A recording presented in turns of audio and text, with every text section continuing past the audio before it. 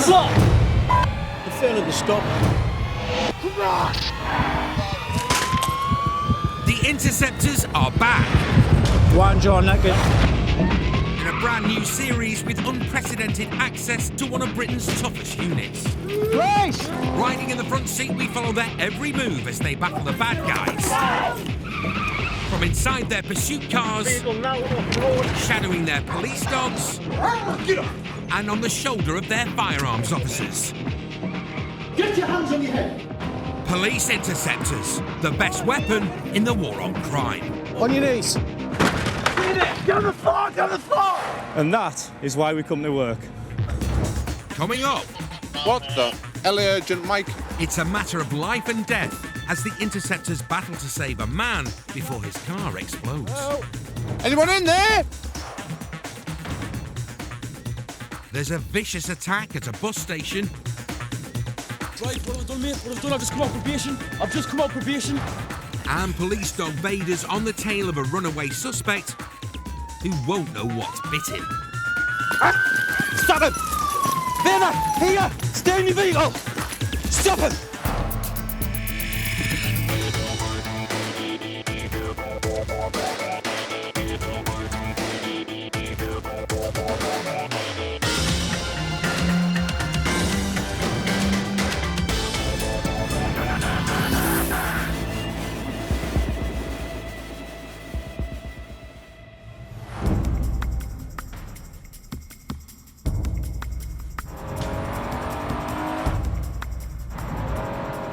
There's never a dull moment when being an interceptor.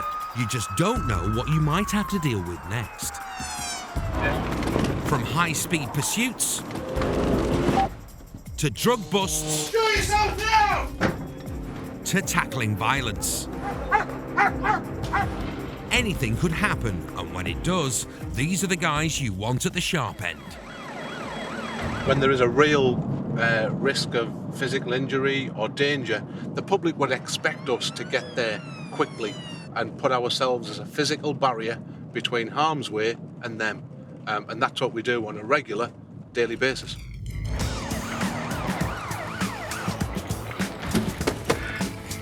Tonight, Spike is on shift with Sergeant Kev Salter.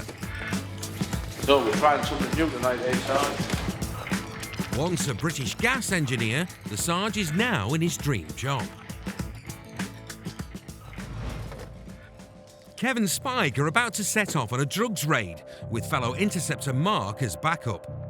And yes, that really is a pizza delivery outfit. Using a disguise to gain entry into a house, especially when there's children present, is a tactic the Interceptors occasionally adopt to create the least amount of distress. Just received some information about a female who's potentially got controlled drugs in the house. She's a frequent user, we understand. She's got children inside, so we're not going to start bashing the door in. We're going to keep it low-key and use the element of surprise. Hence, Spike, you're in the pizza gear, ready to go. The plan is a nice, calm door knock. They're going to think that it's a pizza delivery, potentially got the wrong address. As soon as you open the door, explain there's a warrant, and we're straight in the address.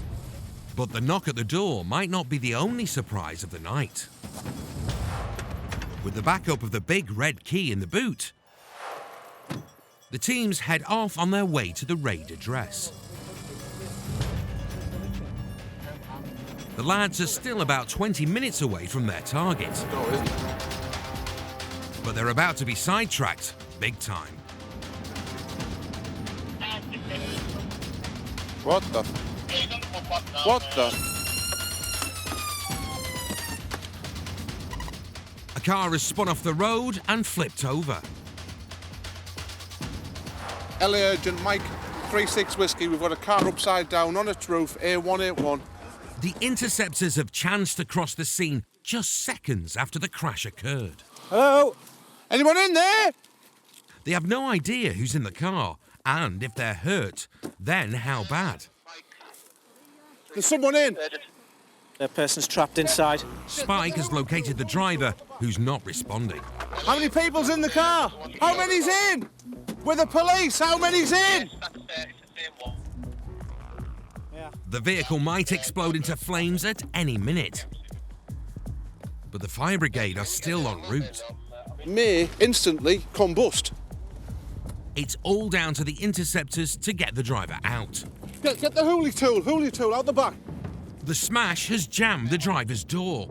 The lads now improvise with the backup equipment for the drugs raid. First, a crowbar called the hooligan tool. The hinges the other end. Known as the enforcer, the big red key is usually used to break down doors. Tonight, it's being used to try and save a life. Let's try that. We've got a fire extinguisher as well, Kev. The paramedics have now arrived, and the driver has started to come to. And you're still talking to us, kiddo? Is there only you in? We can't get you out, but we've got fire brigade coming, all right? Just stay still, but just keep talking to me. Doing the best they can with the equipment they have, the interceptors are determined that the jammed car door won't beat them. Their last option is their hydraulic pump. Do this at the same time, then. Shut your eyes! Just bend. Right, maybe to attack this hinge, Kev. In a desperate bid to free the man, they try all three at the same time. Spray that on there with a red key. Let's have a yark at it now. No chance. Hit again. Try again. Right, stop. Right, that's it. Right. It's been less than 6 minutes since they first arrived on the scene, and they finally make some headway. Are you There's got to trapped, be mate? enough room now. Are you trapped, mate, or can you move? Can you move yourself, mate, and get out of this gap? The lads' superhuman efforts have had a result. They've created a gap big enough for the driver to pull himself out. You're back? Yeah. Anybody else in there, Oh, yeah, mate? we've got him out the car. No, just you. Yeah. The split-second decision to use the equipment they had with them has potentially saved this man's life. You've been very lucky. Which way have you been coming, do you know? Yeah. From Durham towards... Children. All right. Right. Right. Just bringing some food for my daughter. And from what we understand from witnesses, he's been overtaken a gritter, lost control and went off into the grass verge. That car went up in flames at any second. That was the agency of us trying to get him out. Probably the first time I've ever used our MOE and hydraulic equipment on a car door, if I'm totally honest with you. But it was just anything goes, try and get him out as quick as we can before the car potentially sets alight. He's a fire brigade, they're too late. We've managed to get him out using our hydraulic equipment, yeah, we've just forced the door and he's crawled out eventually. He's dazed, confused, doesn't know where he is. You understand why. The car's upside down. Told him that we're the police. Actually, at that time, remembering back, I probably didn't look like the police. I think I may have looked like a pizza delivery guy, which was the job that we were actually about to roll onto. With the victim safely on his way to hospital, the lads can get back on the road. When the chips were down, they did what they had to do. Had we not had that kit, then we wouldn't have been able to get him out. If that car had set alight, he would have literally been burnt alive in front of us, and we're just thankful that we were in the right place at the right time. And there's no rest for the interceptors, with the disguised drugs raid still scheduled. But will everything go according to plan? There's a lass coming to the door.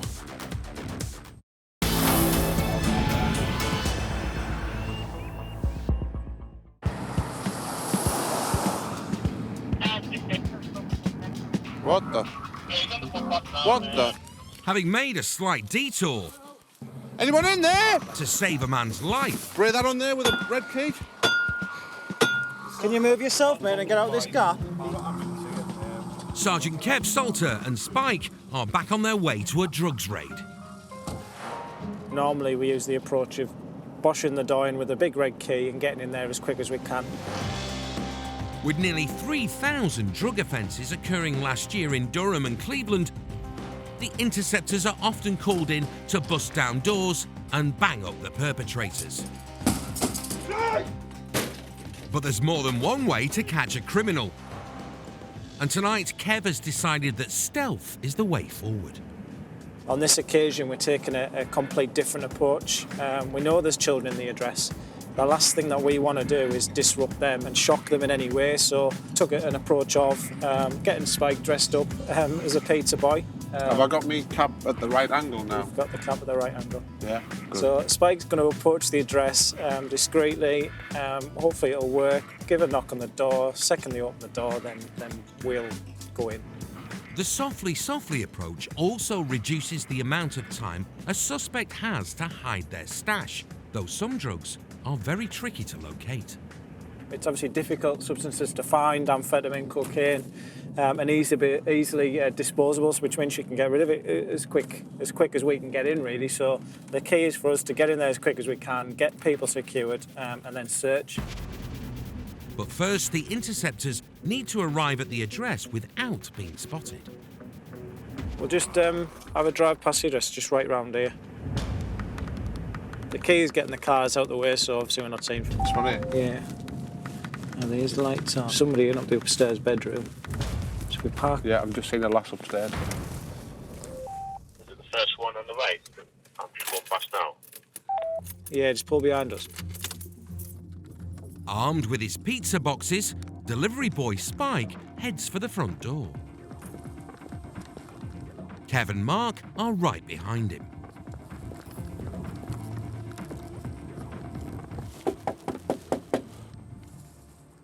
The plan is to get inside with the least amount of distress for the suspect's family, but will it work? There's a lass coming to the door. Hi, is it? I haven't ordered the pizza. Have you not? No. Is this number 2? No. Where are the police? Oh, right. Nothing wrong with panic, Flower. Wait a minute. It's all right, son. Can I just treat me, son? How old is he? 11, I mean 13. The stealth operation has worked perfectly. Spike now presents her with the search warrant. This is a magistrate search warrant. Can I put the big light on? Have yourself a seat down here, Flower. The search is now on. The drugs could be well hidden, but the interceptors know all the tricks of the trade. I'm looking through here in the freezer, which may seem a strange place to look. Amphet paste and things. It's usually kept in the freezer. Hence I'm looking in the freezer.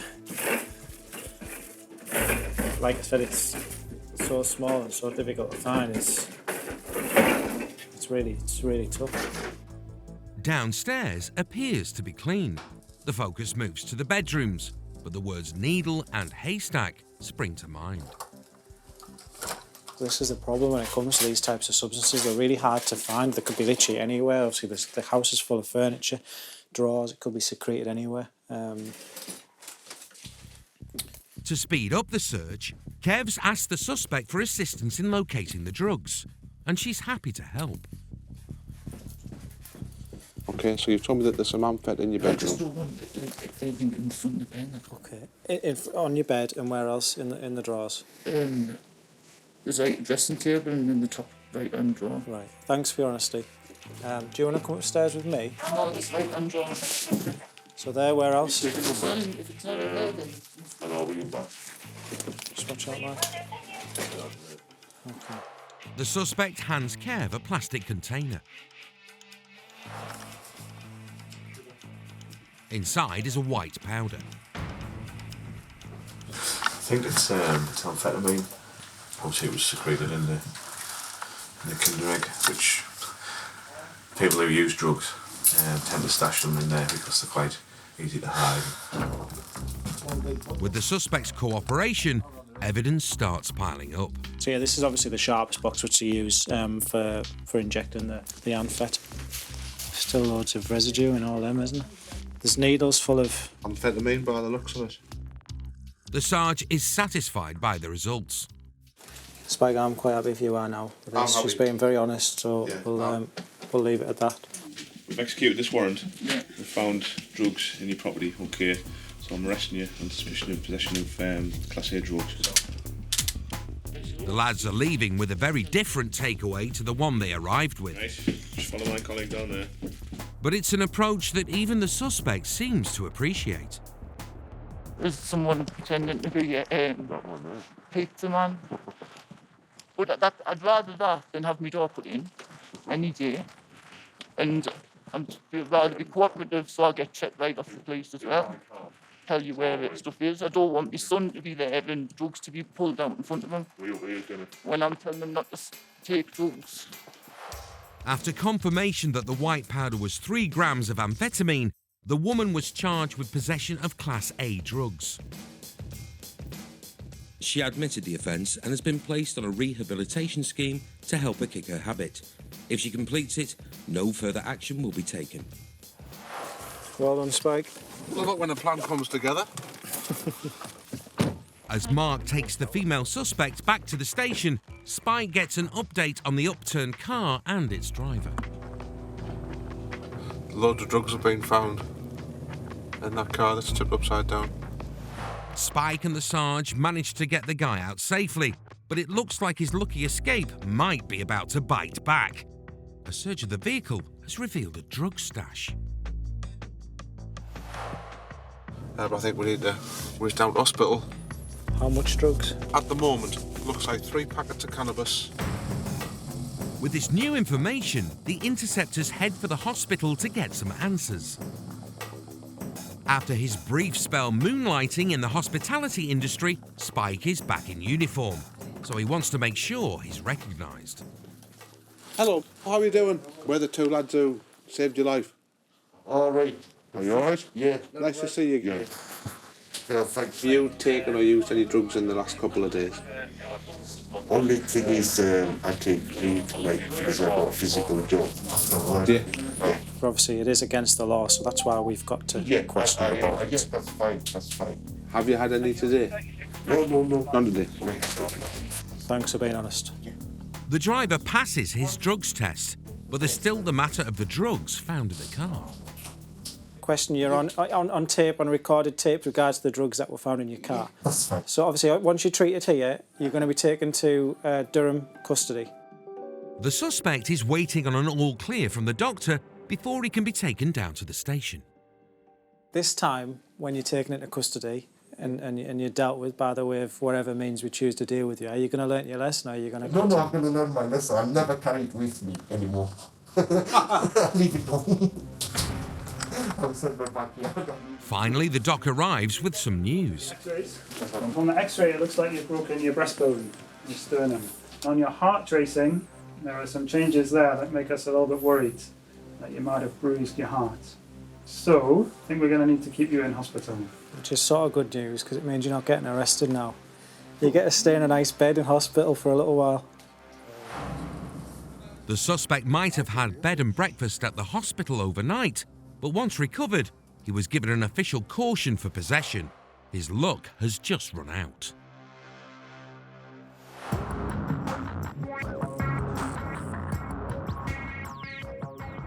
One of the Interceptors' most effective tools in the fight against crime is the taser. It's 50,000 volts. If I fire it at somebody, it's going to potentially take them straight to the ground, and there's no long-lasting effects from it. On the front of the device, when I turn it on, there's a red dot, and that tends to put people off seeing a red dot on them. They know it's a taser, they know that it's 50,000 volts, and that sort of fear factor of them being tasered is enough to, 9 times out of 10, stop people doing what they were going to do.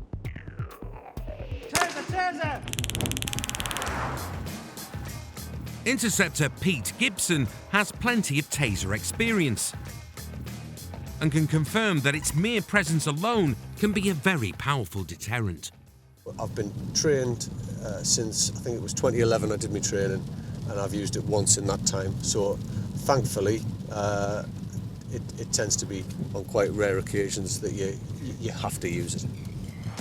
Pete Gibber Gibson became a police cadet straight out of school.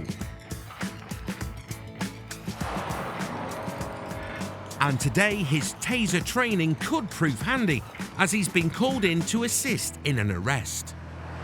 Yes, are you in a position to give us any background? Yes, certainly. What happened on Wednesday night, there was 4 black youths attacked. They were basically chased through the bus stand, assaulted, some severe racial abuse There was a metal pole used and bottles thrown at them. 2 days ago, a terrifying attack took place at Stanley bus station. 2 black youths were set upon outside the depot by a gang of white youths. Bottles were thrown, and a metal bar was used as a threatening weapon.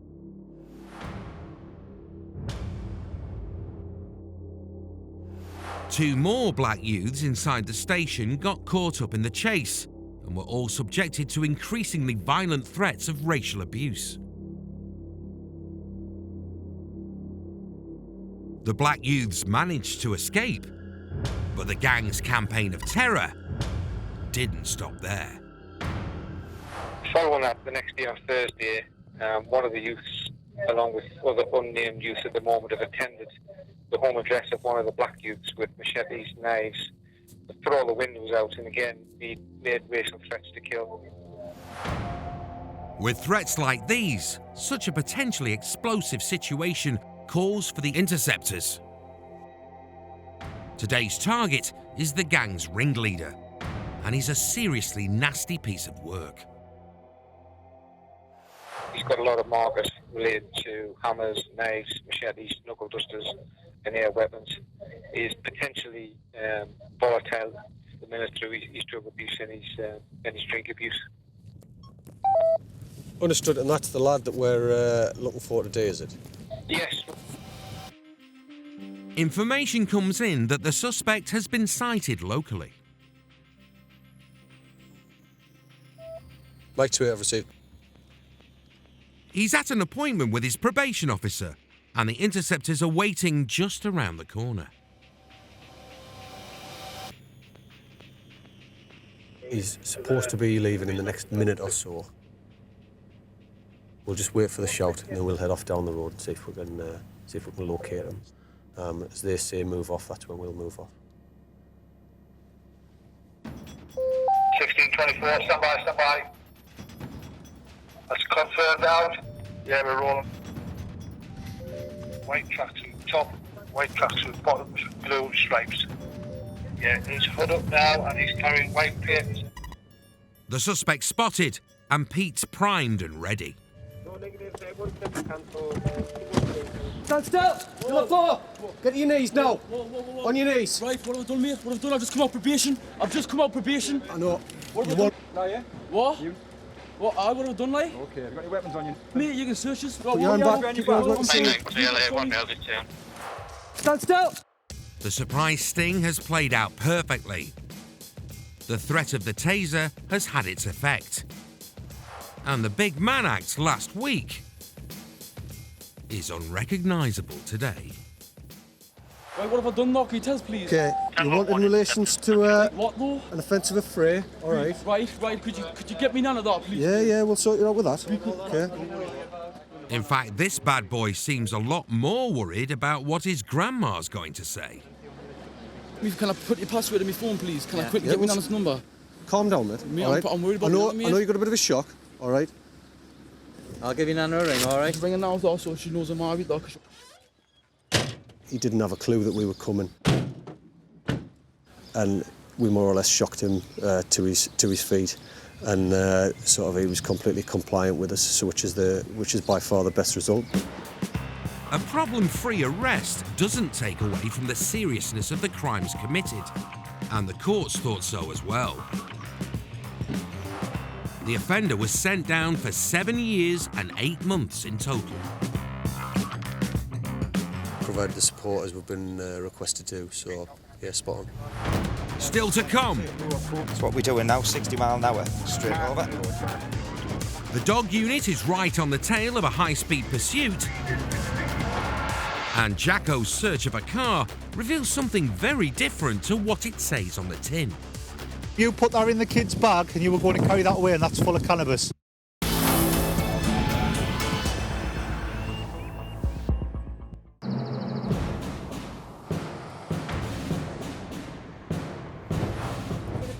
Durham and Cleveland's dog section is one of the force's greatest assets in the fight against crime. Man's best friend is also an interceptor's biggest ally and a criminal's worst nightmare. Tonight, PC Liam Sewell is paired up with German Shepherd Vader. His nickname's Mr. Softy, but this dog's anything but. Start the night shift. We're just going to do a quick little training scenario. Vader's a new dog, he's only 2, so we're going to give him a couple of bites and see how he gets on. A team for 12 months, Liam and Vader regularly refresh their training together, often assisted by a very well-protected colleague. Release your dog! Stop him! Oh, good lad! What have you got, son? Hey, good lad! Good lad, good lad. And that sleeve's just his toy, you know, it's totally different on a live man, you know. Right, lads, stand still. Former Butlins employee Liam likes being within a whisker of local incidents.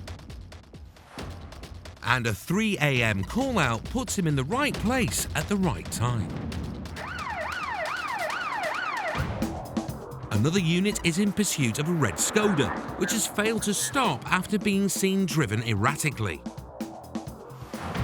Liam and Vader are asked to assist. We're off to a vehicle, Phil, to stop. And we're not too far away. Footage from the lead car shows the Skoda attempting to shake off the cops by making a U-turn onto the other side of the road.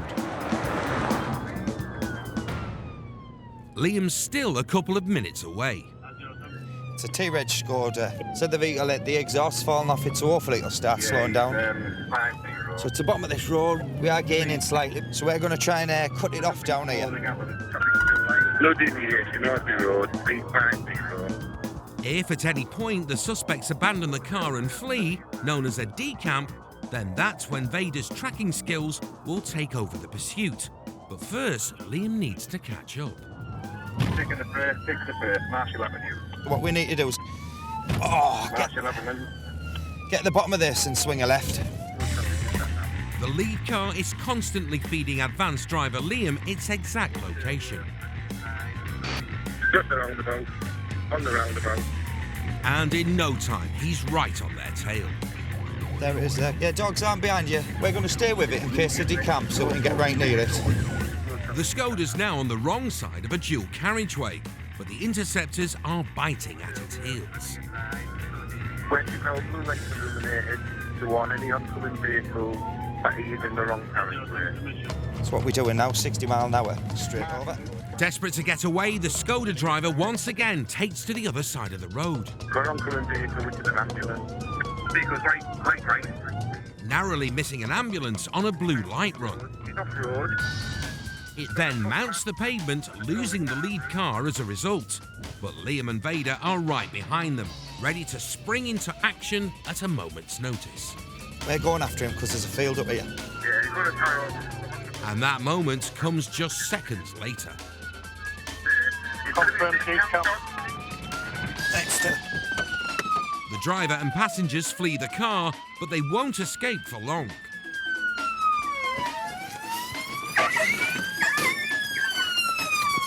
Liam releases Vader's full force straight after them. The dog has one of the suspects in his sights. Stop it! Vader! Here! Stay in the vehicle! Stop it! Stop it! And soon enough, he also has one of his arms in his mouth. My arm! Gotta be quiet, Get off him, mate! Get him off me, mate! Let go! Good lad! Get on the floor! Get down! Get down! Yeah, dog's one detained. Get your hands behind your back! You're locked up, son. You're locked up. Good lad. Good lad.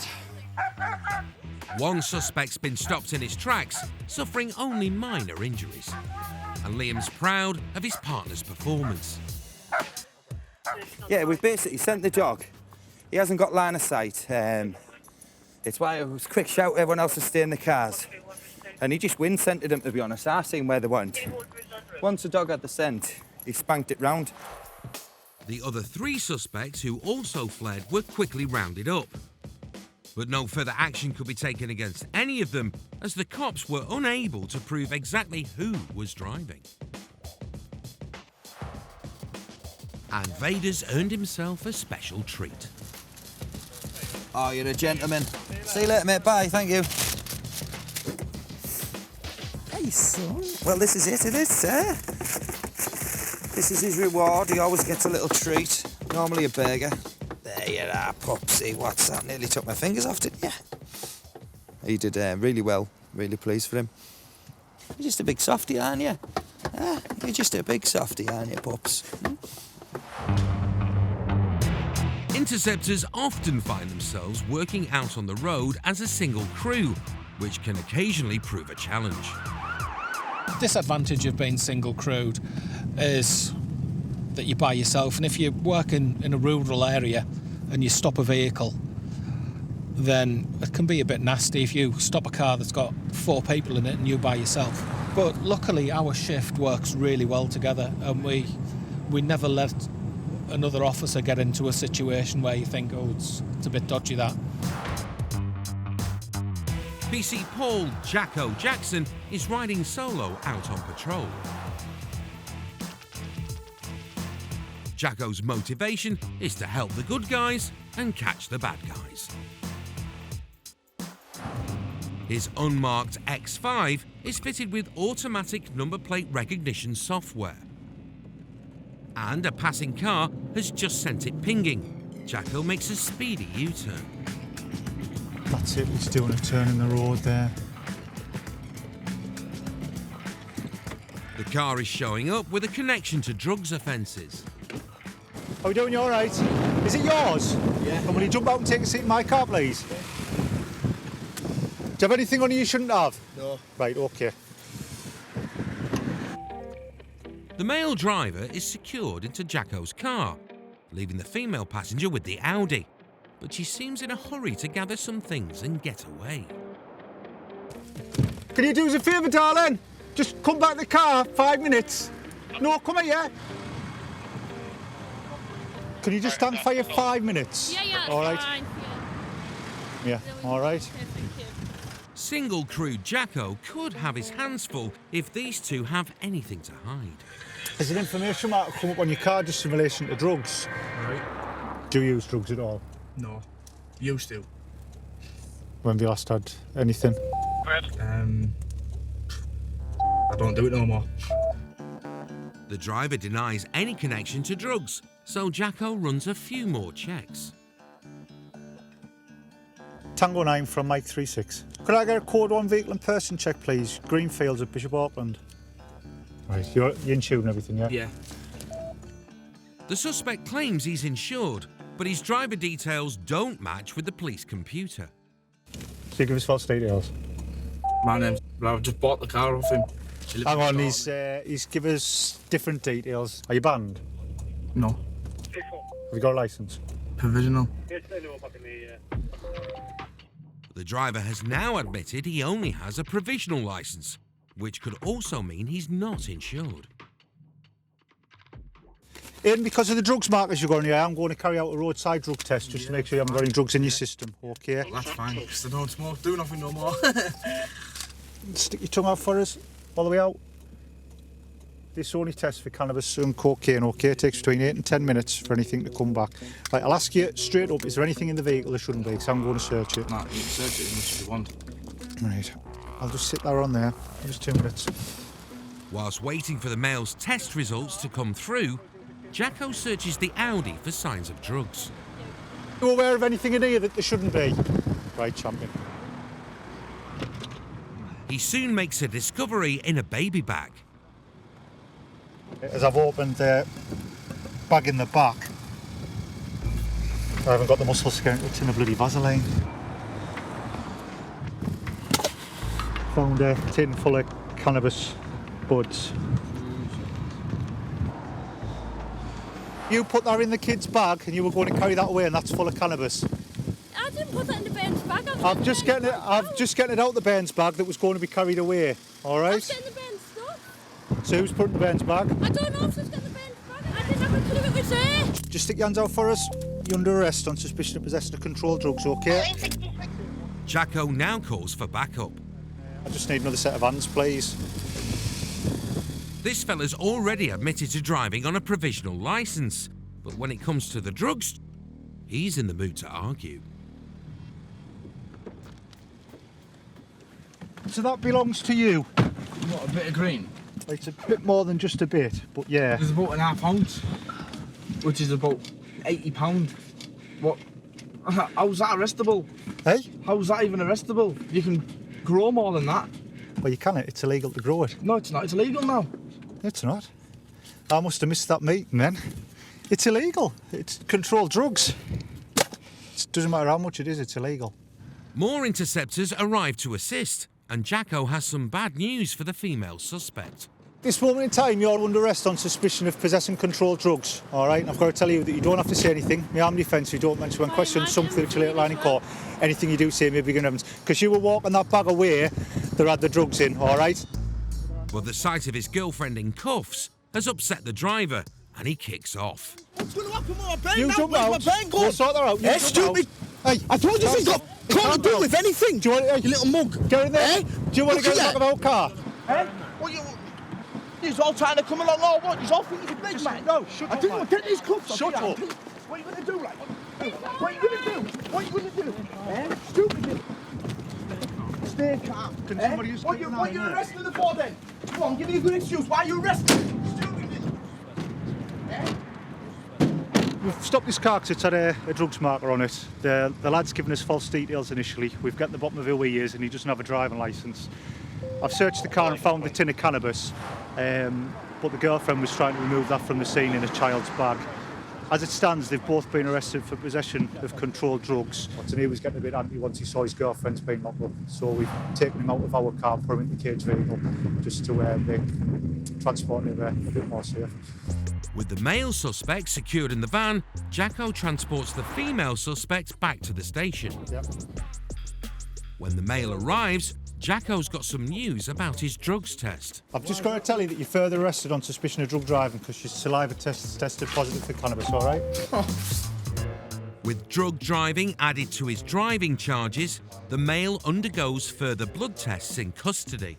Jacko logs in the cannabis. 47.3 grams. It's a little bit more than just a straightforward deal.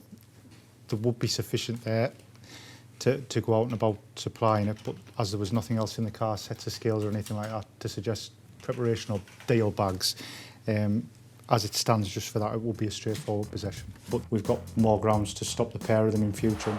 The woman was given a caution for possession of a Class B drug. The man's blood test for cannabis was under the legal limit. However, he is awaiting his day in court for allegedly driving without a licence and having no insurance. Still to come, a driver has a miracle escape. A majority of the impact's been on the near side. Had there been a passenger in that vehicle, this more than likely would have been a fatality.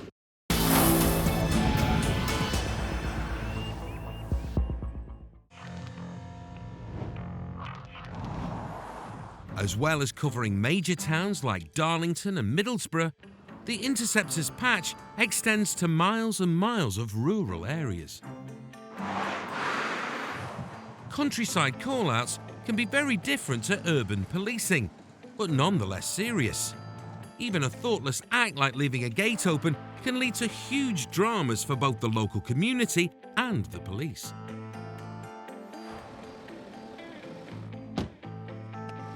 Andy Lawson is on his way to an accident on a country lane just outside Stockton-on-Tees. We're going to a call now of a horse that's gone through the windscreen of a car, which is, it's always a worry because a horse is it's a bloody big thing, and to have it go through the windscreen can cause a lot of damage to the occupants of the vehicle, the horse and the vehicle. Andy's ex-RAF and a Barry Manilow fan.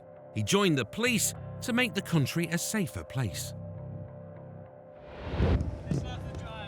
As Andy arrives on the scene, he's met with quite a sight. The collision with the horse has sent the car flying off the road, plunging headfirst into a ditch. But miraculously, the sole occupant of the car has managed to escape relatively unharmed. So you hit it and gone off the road? Yeah. Right, I'll come and speak to you again in a sec, buddy, all right? If you just wait there for me. The driver's been extremely lucky. The fact he's gone down an embankment that's a little bit deeper. We're very near to a railway line, so there's a bridge with a 20-foot drop. But the escaped horse wasn't remotely lucky. He wouldn't have had any chance to avoid an impact. It's one of those things that nothing that driver would have done. Andy heads into the ambulance to interview the driver. Hey, bud. I'm Andy from traffic. But he's upset. So, as you would be, most people would be upset if they've just hit an animal and killed it and crashed the car and probably wrote the car off. Andy needs to get the road open again ASAP. We're going to have to get the council out to come and clean the road, to move the horse. The fire brigade arrive, but before they can start the clean-up, the horse needs to be cleared from the road. Its owner has now been alerted to what's happened. I think it's because somebody's left a gate open and it's not because of our fault. It hasn't come through the fence, it's come through the gate. So the gate has been willingly left open, which is absolutely devastating. There was 4 horses altogether. So we've taken the other 3 home. They're unhurt. Leaving a gate open breaks one of the countryside's most important rules. And tonight, it's resulted in a tragedy for everyone concerned.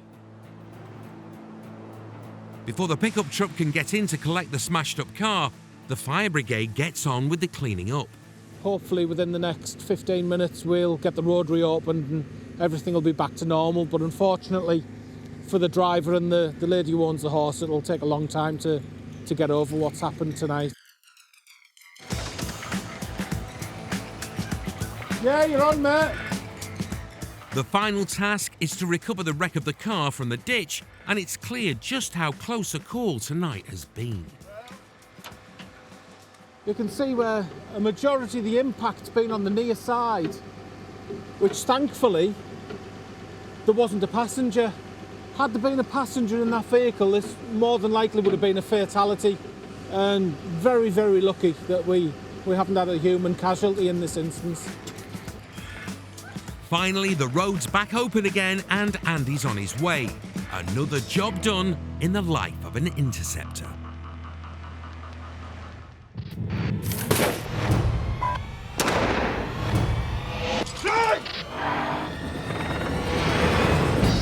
Police interceptors late and lethal. The twilight hours when the criminal element comes out and the interceptors are waiting. In this special programme, the cops scramble to tackle the burglars, dealers and robbers who are hiding in the shadows. With the first line of defence, there's people fighting in the streets, innocent members of the public potentially getting hurt. We've got to react. Interceptors face late-night mayhem in town centres. Right, OK, you nicked. As booze and drugs turn ordinary citizens Tim, you start swearing in the street and you're going to get locked up. into street-fighting maniacs. Coming up in this late and lethal special, a broken jaw leads to tasers being drawn on New Year's Eve. Calm down then, right? Calm down. Sit down there and calm down, or I will. Sit down on me. I'm off him now. Punches are flying on Black Eye Friday night. And the interceptors pursue drug dealers on wheels. At this time, you're under arrest, you understand that? And on foot. The decamping, 1 running, 2 running, 3 running.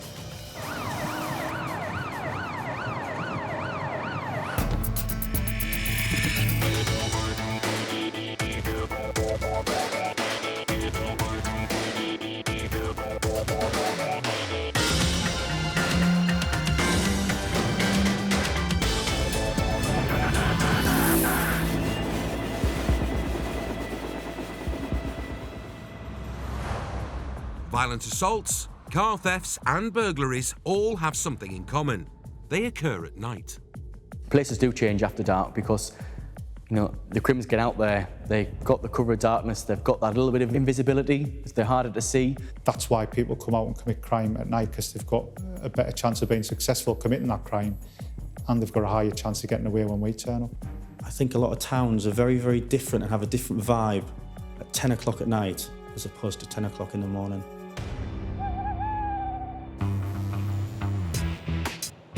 Towns are never more changed than on New Year's Eve, the biggest party night of the year. Streets are full, pubs and bars are rammed, and revellers will spend almost £100 each on the night. Much of that will go on booze. Quiet nights have the place, but New Year's Eve, that's the one night of the year where you can be certain everybody's out, everybody's getting drunk.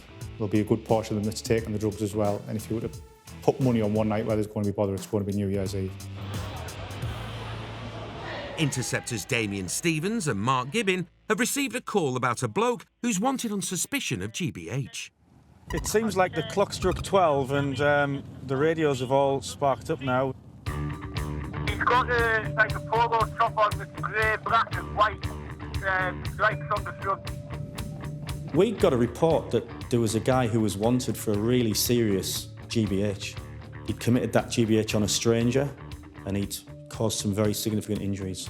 The bloke is wanted on suspicion of breaking someone's jaw. The Interceptors need to tread carefully. Police! It's a police! But right now, their suspect appears to be having a domestic with his girlfriend. All right. No, it's not right.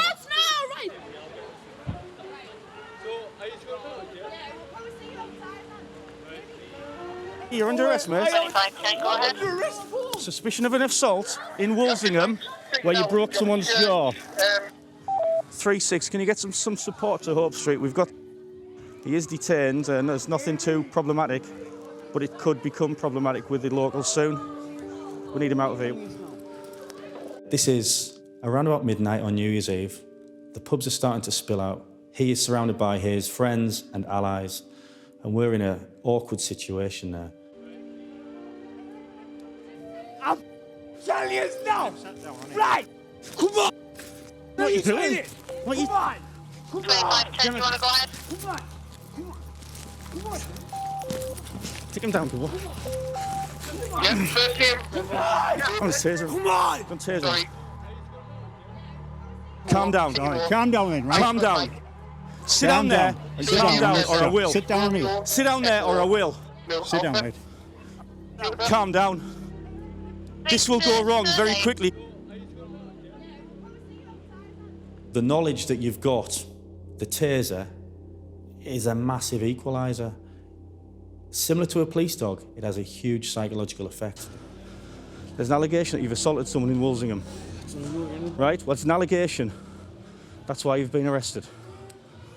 He may have been nicked on suspicion of breaking someone's jaw, but it's his own broken heart that he's worried about.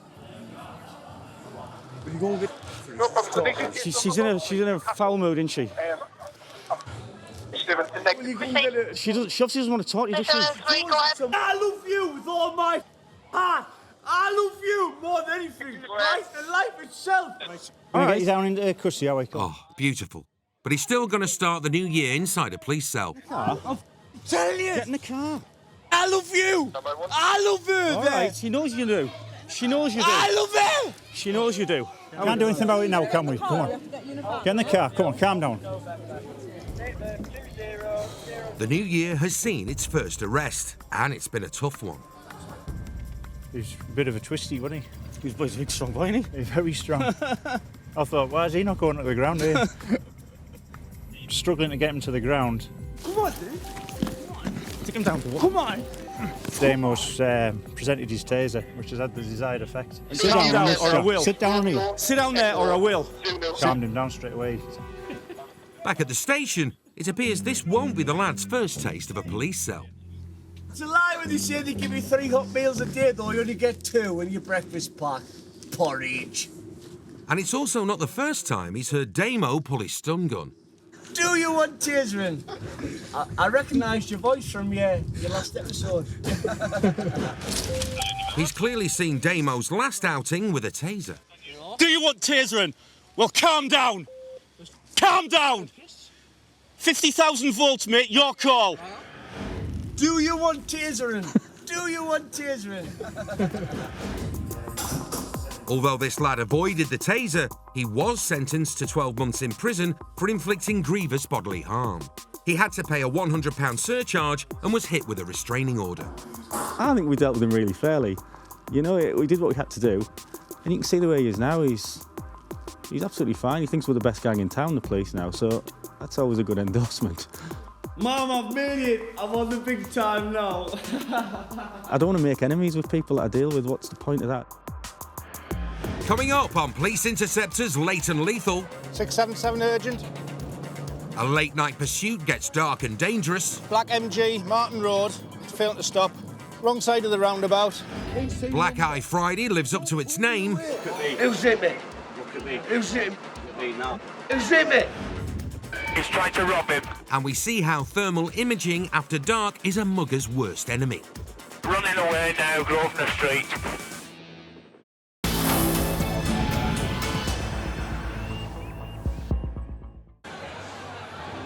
In the UK, late-night drinking is behind many of the 1.9 million violent crimes reported in 1 year.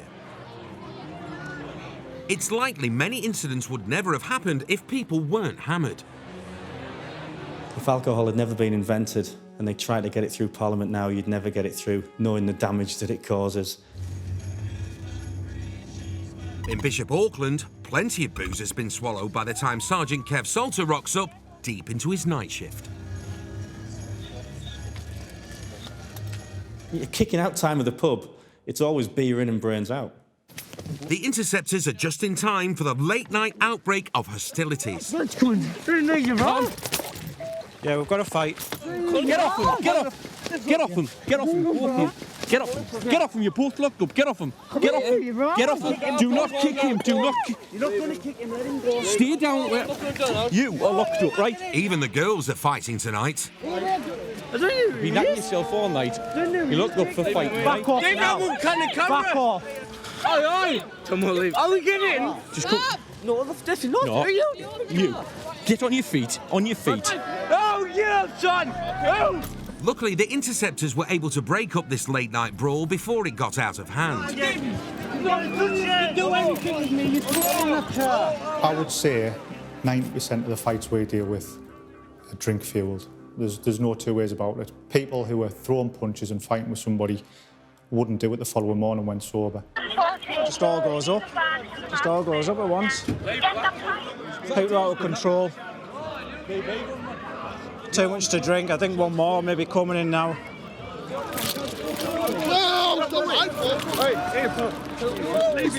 This girl was in the thick of it earlier, but now the party's over. We just all literally went mental, joking. People punching, fighting, and then 1, 2 start, and then the rest joined in. Davey! Welcome to Bishop Auckland. Gotta watch your back. The girl was given a fixed penalty notice for being drunk and disorderly. The bloke in the dark polo shirt was given a 12-month community order for a public order offence, along with 49 hours unpaid work, and had to pay £145 in court costs. The lad in the checkered shirt was cautioned for a public order offence.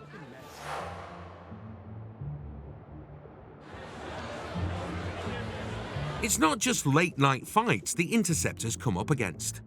Car thieves love to operate in the cover of darkness.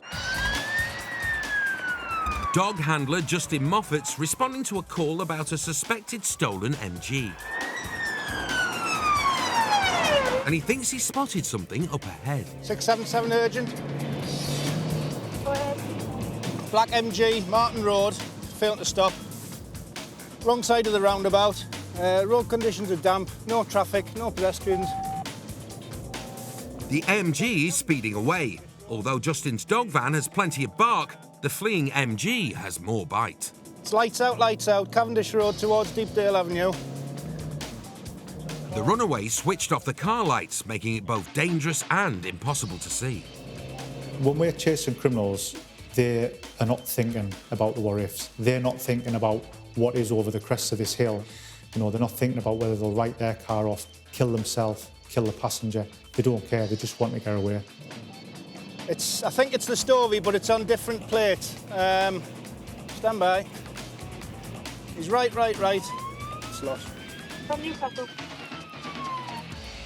It's a temporary loss, Woodville Avenue. I think he's decamped it somewhere. Stand by. The suspect's lights-off trick has paid off. as the MG has disappeared into the night. It's a total loss, Matt. I'm not quite sure whether he made it out onto Keith Road again. There's times when, yeah, I've been on my own and the crook may get that advantage, especially because you've got 1,000,001 things to do, communicating on the radio, watching out for your own back. It is difficult being on your own, and, you know, they do have the upper advantage, especially if there's more than one of them. Justin is hoping he can spot the car through the darkness. Dogs, I've checked all around St Chad's Church, there's nothing there. I found it, it's Homewood Avenue, standby. It's got accident damage to the front. This is the motor that fled from Justin, and a witness saw runners from it. How long ago? Doors slammed. All right, cheers, mate. All right. See if I can get a truck. Nightfall may have helped the crooks hide, but police dog Elsa's nose doesn't care what time it is.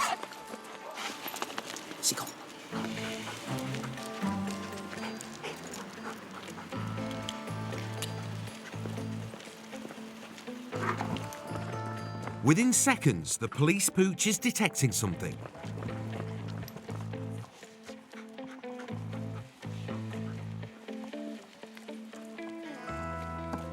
Where are you going, Elsa? 677 track's given up. Early on in the track, the ground's quite badly disturbed with bike tracks and vehicle tracks. I think she's just taken a bit of a wrong turn. The track that she's been following is the track of the car. It's obviously come this way onto the grass and been dumped up here.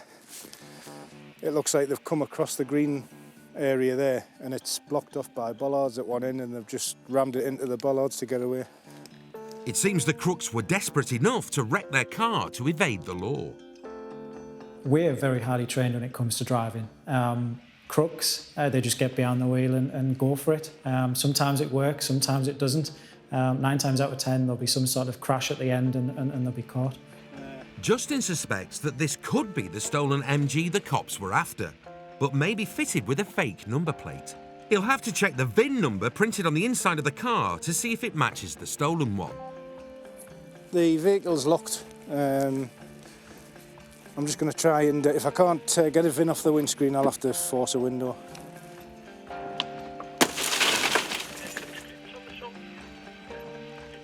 But a check of the VIN number and it's not the stolen motor. However, Justin suspects it may be something more sinister. An untraceable pool car frequently used by thieves. A pool car is a car which has been used by local criminals. It's not registered to anybody, it's not insured to anybody, and everybody's using it in that area that, you know, have got something to hide. Whoever was using it probably had plans for a late-night crime spree, but Justin scuppered that. However, the crooks used the cover of darkness to make their escape.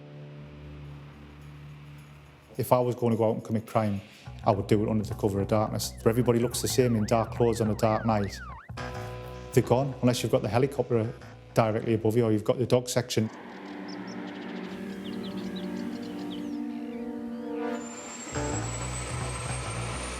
Helicopters' imaging systems are the Interceptors' go-to tool for spotting crooks at night. What the eye can't see in low light, the helicopter's thermal imaging camera can seek out in seconds. And the copper chopper in Manchester has just spotted something whilst it was patrolling outside a nightclub. A street robber is fast approaching a victim on the left. Yeah, we've got an incident on Grosvenor Street now. The muggers run up on the fleeing victim and takes them down. Looks like somebody's beating somebody up. The victim's now getting a thumping. He's trying to rob him, Grosvenor Street. And after a while gives up their bag. Indy 99 robbery on Grosvenor Street. Offender running away now, Grosvenor Street. The crook thinks no one can see what he's just done, but the law are watching his heat trail and sending in the troops.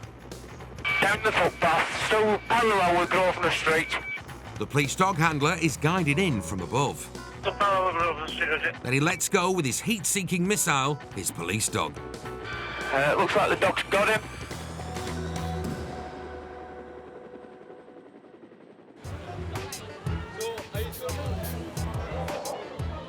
In Kendal in Cumbria, Interceptor Hayley Johnson is out policing on a night known as Black Eye Friday. The craziest night of the year.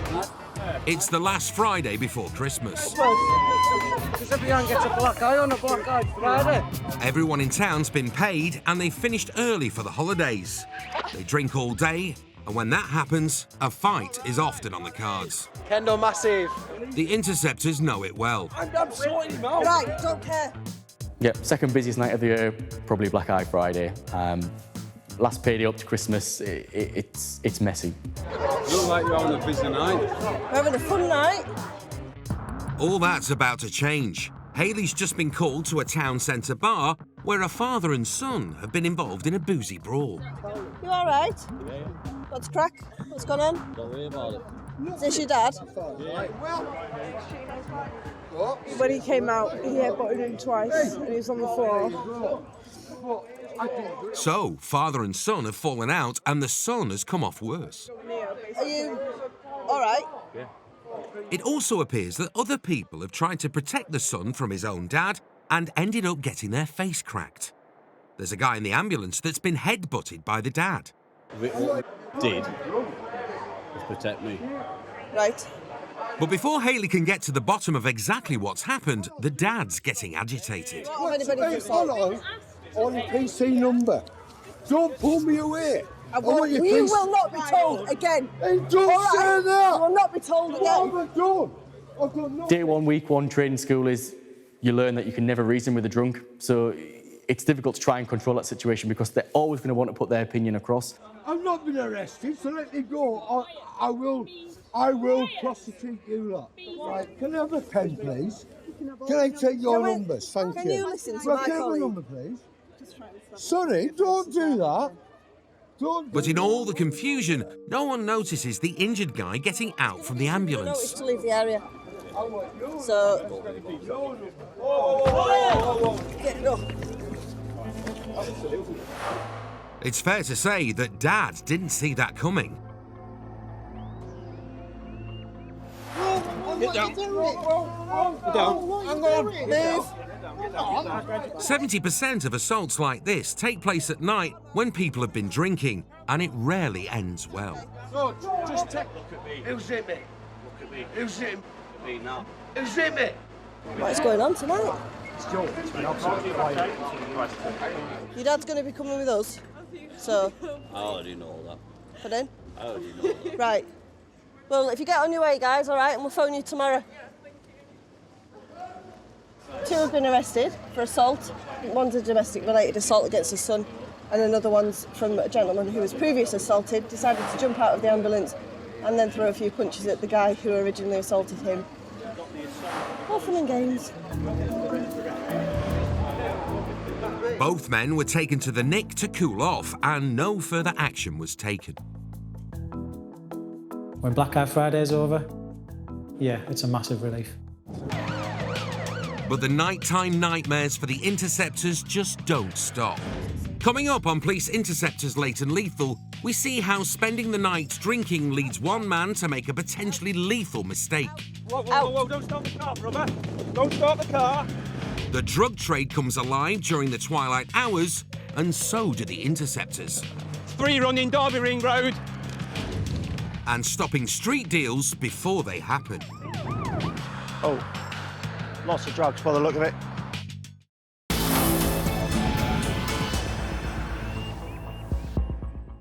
I'm absolutely stunned that people take the risk to drink drive, to put themselves and other members of the public at risk. The amount of fatal and serious road traffic accidents that happen are horrific. The Interceptors are about to meet someone who's found a way to make drink driving even more dangerous in the dead of night on an unlit road. It's the last weekend before Christmas. Patrolling an area of the motorway just outside Kendal is Ben Woodburn. Alongside him is Hayley covering the radio, and a life-threatening job has just come in. We've had a report of a vehicle travelling south on the northbound carriageway of the M6. A car driving down the fast lane of the M6 in the wrong direction is an Interceptor's worst nightmare. The cops know they need to find the rogue driver before it's too late. 11:49. Are you in a position to put some kind of rolling block on? Yeah, absolutely, no problem. Haley requests a rolling roadblock. Further down the road, another Interceptor is slowly weaving across all 3 lanes, slowing the trailing traffic to a safe speed. Late-night policing is always a challenge, but a car going the wrong way up the motorway is the most heart-pounding situation an Interceptor might ever face. It could be a foreign driver, could be elderly, could be confused, but to travel more than a junction on the wrong sort of carriageway, it's very, very dangerous. With the holiday traffic now crawling along the M6, the only thing standing between this and the motorway menace is Ben and Haley's ever-faithful Volvo. And it's actually stopped in the fast lane. But a report from the highway agency says the car has parked up with its lights off, but in the fast lane of the carriageway. Haley's quick decision to set up the rolling roadblock means a lethal collision may well have been avoided. 7-2, show us at scene, please. Out the car. Out. Out the car. Whoa, whoa, whoa, don't stop the car, brother. Don't stop the car. Ben believes this motorway maniac was about to make a run for it.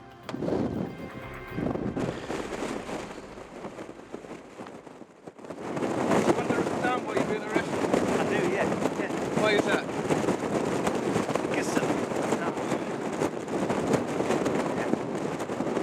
Driving? I'm not. The wrong way down the M6 motorway. How you haven't killed anyone and yourself, I honestly don't know, my friend. Ben thinks he sniffed out the cause of the calamitous wrong turn. When do you have your last drink, mate? You don't know, okay, don't matter. Blow, harder, keep going, keep going, keep going, keep going, that's it. Right, you're under arrest for being over the prescribed limit and for dangerous driving.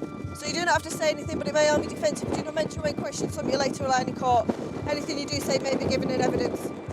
I despise drink drivers. They're just so selfish. They are prepared to put not only themselves, but everybody else at risk just to save them the price of a taxi fare going home. Ben is furious and can't comprehend why the driver was endangering his life, as well as those travelling towards him on the M6. What on earth are you doing, mate? Do you realise?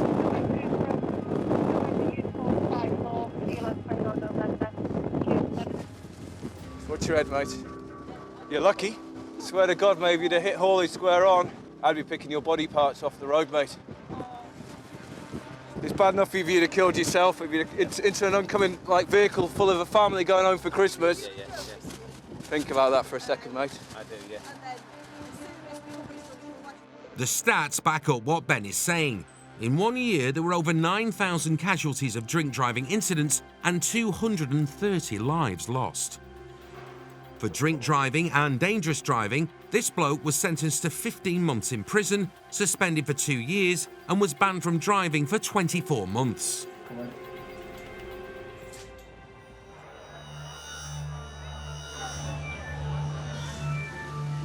It's not just drink. Drug dealers operate late at night when they hope the law can't see them. That's when the Interceptors come in, as a team in Essex discovered in this archived drugs bust. Tonight, Mike Biggers Bignell and Dave Wheeler have intelligence that the driver of this car was about to supply a large chunk of Southend's demand for Class A drugs. Is there anything in the vehicle I need to know about? Because we're going to have a look, and I'd appreciate your honesty. Okay. Is there anything in there that I need to know about? No. Nothing to anything on you that I need to know about? The lad denies having anything on him, but Biggers has been on the force a long time and isn't taking any chances. Do me a favour, mate, just keep your hands out your pockets for me for a minute. The cops begin a search of the motor, and all of a sudden, they're in business. Turn around for me. Your hands on your head. Go back. At this time, you're under arrest, you understand that? Right, on suspicion of possession of a controlled substance with intent to supply. Sit down on there for me. A search of the car has revealed a mystery substance. In the back in a bag, secreting in a towel, I found what Dave's got in his hand here. Oh, lots of drugs by the look of it. Bit of a result, really. People of Southend aren't going to be too happy that we've taken their stash for the weekend. 1 in 3 Brits admit to having used illegal drugs, but Biggers is not entirely sure what substance he's seized. It doesn't smell like cannabis. I don't think people realise what is in the drugs that they're buying. Once it hits the streets, it's cut with items that you find under your sink. It's watered down, and it's not what they think they're getting. Back at Brentwood Nick, the guessing game continues. Well, I'm saying it's tablets. It could be 4 wraps. If it is, there's loads here. Probably a few grams worth there. The drugs will go for testing, but Interceptor Andy's got a pretty good idea what the mystery substance is. Yeah, the rocks. There's a lot of rocks in there anyway. Andy was spot on. The balls were rocks of crack cocaine, with an estimated street value of £10,000. The bloke pleaded guilty to possession of Class A drugs with intent to supply, which landed him 30 months in a young offenders institution. I hate drug dealers more than I hate drink drivers. There's nothing more annoying than watching someone drive around the streets of County Durham who you knew as a kid, who've never bothered at school, who've never worked a day in their life, and they're driving around a 65-plate Mercedes, and they've got all the foreign holidays, and you know fine well it's because they're dealing drugs. I detest drug dealers, hate them.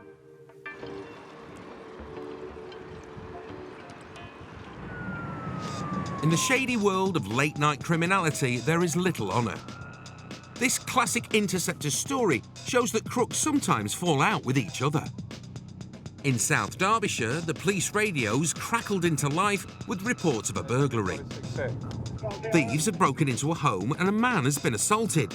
The suspects have been spotted loading their stolen loot into a yellow transit van. Single crewed in the Audi Quattro is Kevin Bedford. So we're looking for a yellow transit pickup. I don't think it's the one that's at cheaper though. It's there. Eagle-eyed Kev spots a yellow transit coming the other way. Tango Charlie 66. This vehicle matches the description of one that's possibly been used just to steal something from an old guy in his house. Yellow pickup, it's got a box on the back for horses. We best get some more units here. With other cars closing in, Kev prepares to put a stop on. I think they're coming up to the home address. They're decamping. 1 running, 2 running, 3 running. The horsebox hoodlums have bolted, abandoning whatever's in the van in the process. 3 running. Fueled by adrenaline, Kev hits the fast button. 3 running, Derby Ring Road. Moorway Lane, Marlborough Road. The suspected burglars play the odds game and scatter. 1's gone right towards McDonald's. However fast, Kev can't follow them all. 1's gone back towards the van. I've had to leave the van. While Kevin sticks behind his suspect, other officers arrive. Soon the whole area is swarming with police.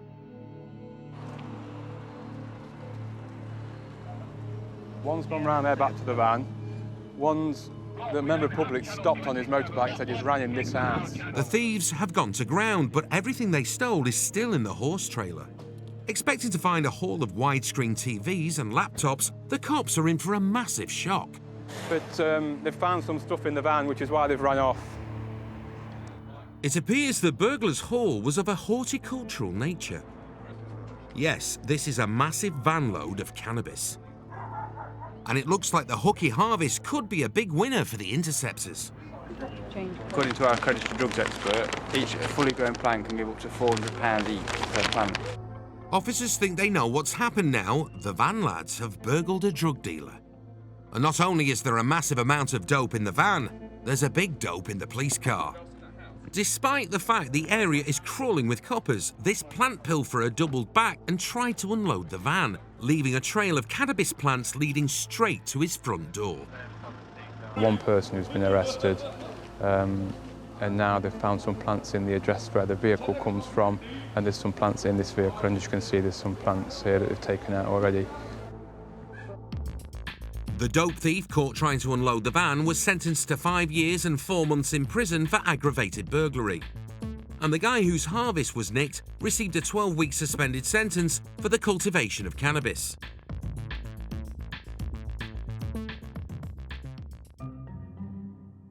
It's the early hours of the morning in Durham. No one is throwing any punches, but the Interceptors are not clocking off. A local resident says there's been a home invasion of sorts. A man is trying to get into this house, but he doesn't live here. After a quick game of Where's Wally, Interceptor Ian Squires found his man, a very drunk student. Where do you think you were, mate? What's happening? What do you mean? What's happening? You're in someone's back garden. You're in someone's back garden and you're not meant to be. Okay. He was sat in the garden like a gnome, but now he can't even tell Ian his name. What's your name? It's a tough one. Yeah. You should know that one. We could probably accept you don't know where you live if you've had that much drink, but your name, people usually remember. You obviously don't live there. Okay. No, I don't live there. Right. Okay. Okay. Playing social worker to the very drunk is part of late-night policing, but this guy appears to be seriously intoxicated. So the easiest thing to you to do is just tell us where you live. We'll give you a lift home. We're trying to help you out. We're trying to do a decent thing. You're drunk in a public place. We can't leave you here in this state. Yeah. So tell us where you live. Last chance. Either way, it doesn't matter. Either way, doesn't matter what? As in, last chance, it's fine. Right. So you want to be arrested, is that what you're saying? No. Right, so tell us where you live. No. Deadlock. If we've got somebody that's so drunk in the street that they can't look after themselves, we can't walk away and leave them, because if something happens to them, on our head be it. So we're responsible for them. So a lot of the time it's taking the phone out of the pocket, interrogating the phone, and phoning all the friends and family and saying, look, get yourself down here, come and help him out, otherwise he's going to get locked up. And as if by magic, there's his ringtone. Who's that? Yeah. He might tell us where you live. No, let go. You can't do that. Yes, I can do that, because I'm going to find out where you live. It's one of his mates on the phone. Can you tell me where he lives? We're trying to help him out, but he's been a bit difficult. Well, that doesn't matter. You tell me where he lives and we can get him home. But the fella on the phone's also not playing ball. Right, don't swear at me, because I'll have a word with him when we get down there. Number... How would the mate will drop you off the door? Christ, that was hard work, wasn't it? Finally, an address. The cops can get him off the street before he can be more of a nuisance. It would have been a lot quicker and easier just to lock him up. Thanks very much for that. You often find people in where they shouldn't be when they've had a skinful, but usually they're a little bit more obliging for assistance when you offer it. He's just absolutely bladdered, isn't he? You've got no idea. I don't think he'll even remember where he's been here. Hopefully he watches the programme, because he might remember it then. I honestly don't believe he'll remember any of it. If you're watching, lay off the booze, fella. Still to come on this late and lethal special, there's booze and blood as one partygoer literally paints the town red. You've got a nasty cut on your head. Probably going to need stitches. Whilst cops chase down the crooks crawling through people's homes at night. They've emptied out all the belongings that they've stolen and they've just pushed it all into this grass.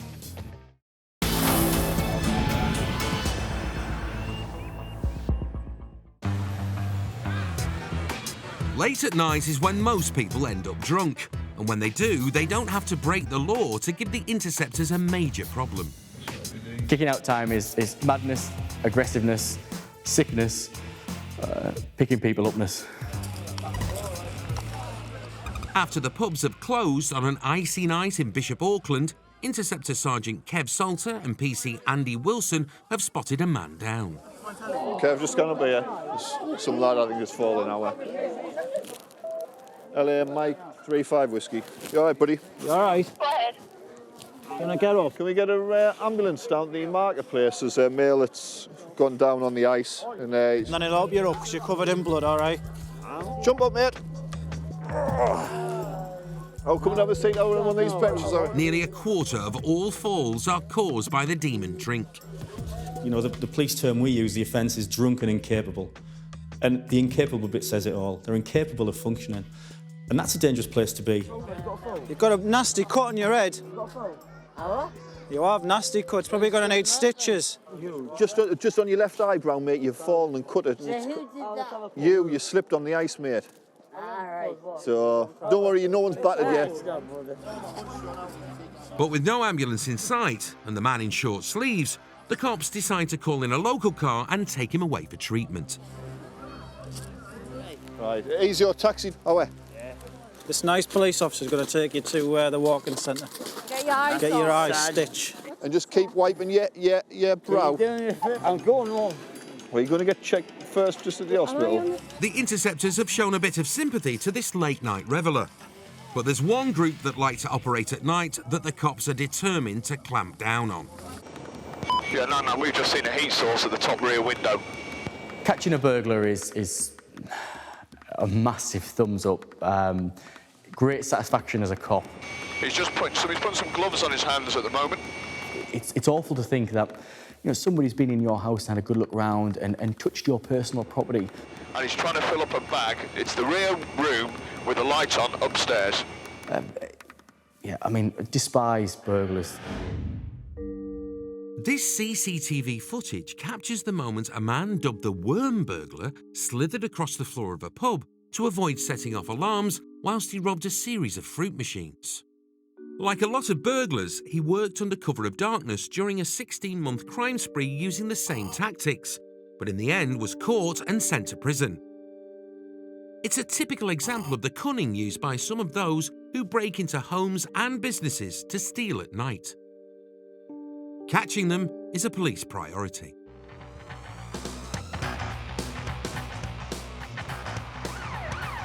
In Lincolnshire, Interceptor Mark Carlin is in pursuit of this fast-moving Vectra on the road to Grantham. And maroon Vectra, Delta Golf. It's believed the car was involved in an earlier burglary, and Mark is desperate to recover the stolen property he suspects is in the car. Didn't forecast this. We're now into sleet. Visibility is reduced. An unmarked police BMW is blocking the Vectra's path ahead as Mark puts in the stop. Roger, putting one on. We're going to challenge now, stand by. Blue lights on, blue lights on. Get ready. But as the Interceptors sandwich the Vectra... Yeah, stand by, he's making off. This is the last thing Mark wanted. Vehicle is now towards the roundabout. A high-speed pursuit on wet roads in the pitch black could be a recipe for disaster. And this fella is already struggling to keep all four wheels on the tarmac. He's gone right Main Street. And when the pursuit enters a 30-mile-an-hour zone, Mark has to put safety first, which is more than could be said for the suspected burglar behind the wheel of the Vectra.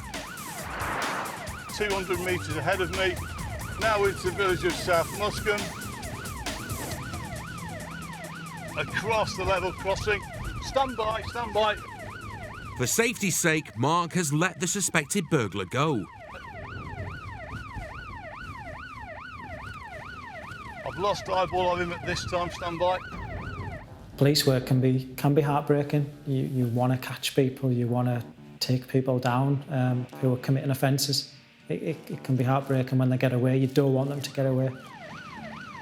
What he's probably done is parked up, and once we've all flown away, he'll come back out and either head back towards Yorkshire, which is where the car's from, or if he's a local individual, he will park up. Fingers crossed, he'll turn up and somebody else will get him. An update on the burglary reveals that the suspected thieves made off with a huge haul. Laptops, jewellery and even a garden strimmer. If somebody's burgled a house, personally, I picture it being my parents' house that's been burgled, and you try and take it personally and think, I'll give that injured party as much of me as I can to go and find this person or people responsible. So tenacity plays a massive part. The burglars used the cover of darkness to hide their criminality, but interceptors and local officers start a full ground search anyway. And with eyes in the sky and extra units called in on the ground, the interceptors' instincts prove to be right. I recognise that car.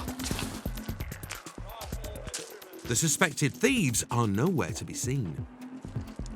But a quick search soon turns up the stolen booty, which has been stashed in the bushes. They've emptied out all the belongings that they've stolen and they've just pushed it all into this grass. They put it all here in a view to come back and fetching it at a later date. If we hadn't done what we did, that vehicle would have gone back to wherever and the jewellery, belongings and personal effects would never be seen again. So a good result, I think. Makes you feel a little bit better anyway. And as a result of more police work, things got even better. The driver of the Vectra was tracked down and arrested. He pleaded guilty to taking the car without consent and 3 counts of burglary. He was sentenced to 5 years in prison. Whatever comes out of the darkness at them, interceptors know that late-night policing Yeah, we've got a fight. is where all the action happens. Night shift's my favourite shift. That's when it happens. You get some decent jobs during the day, but by and large, if there's a good job going to happen, it's going to happen on a night. And 1 running, 2 running, 3 running. An old sergeant of mine once said to me, he says, "You'll never be rich. By God, you'll see life." And I think that's exactly right. The people I've seen and the things I've witnessed, I'm beyond being surprised now. Black MG, Martin Road, failing to stop. After dark, it's perfect playground and the cover of darkness for them to come out and play, but we'll be out to play. The night's the darkest, we shine the brightest, so you've got to watch out because there's some blue lights coming. Get on the floor! They're failing to stop. Come on! Police interceptors. One jaw naked. Bringing you unprecedented access to one of Britain's toughest units. Please. Riding in the front seat, we follow their every move as they battle the bad guys. From inside their pursuit cars, Vehicle now off-road. shadowing their police dogs, Get up! and on the shoulder of their firearms officers. Get your hands on your head. Police interceptors, the best weapon in the war on crime. On your knees. Get on the floor, get on the floor! And that is why we come to work. Coming up, Sorry, an lads. off-road pursuit ends with a face full of Farmer's Field. On the ground, now! A major drug op turns up a Class A bonanza. What's in there? Heroin. Burglary in progress at a Chinese restaurant. And it's man v dog for a runaway burglar. Stand still or send the dog!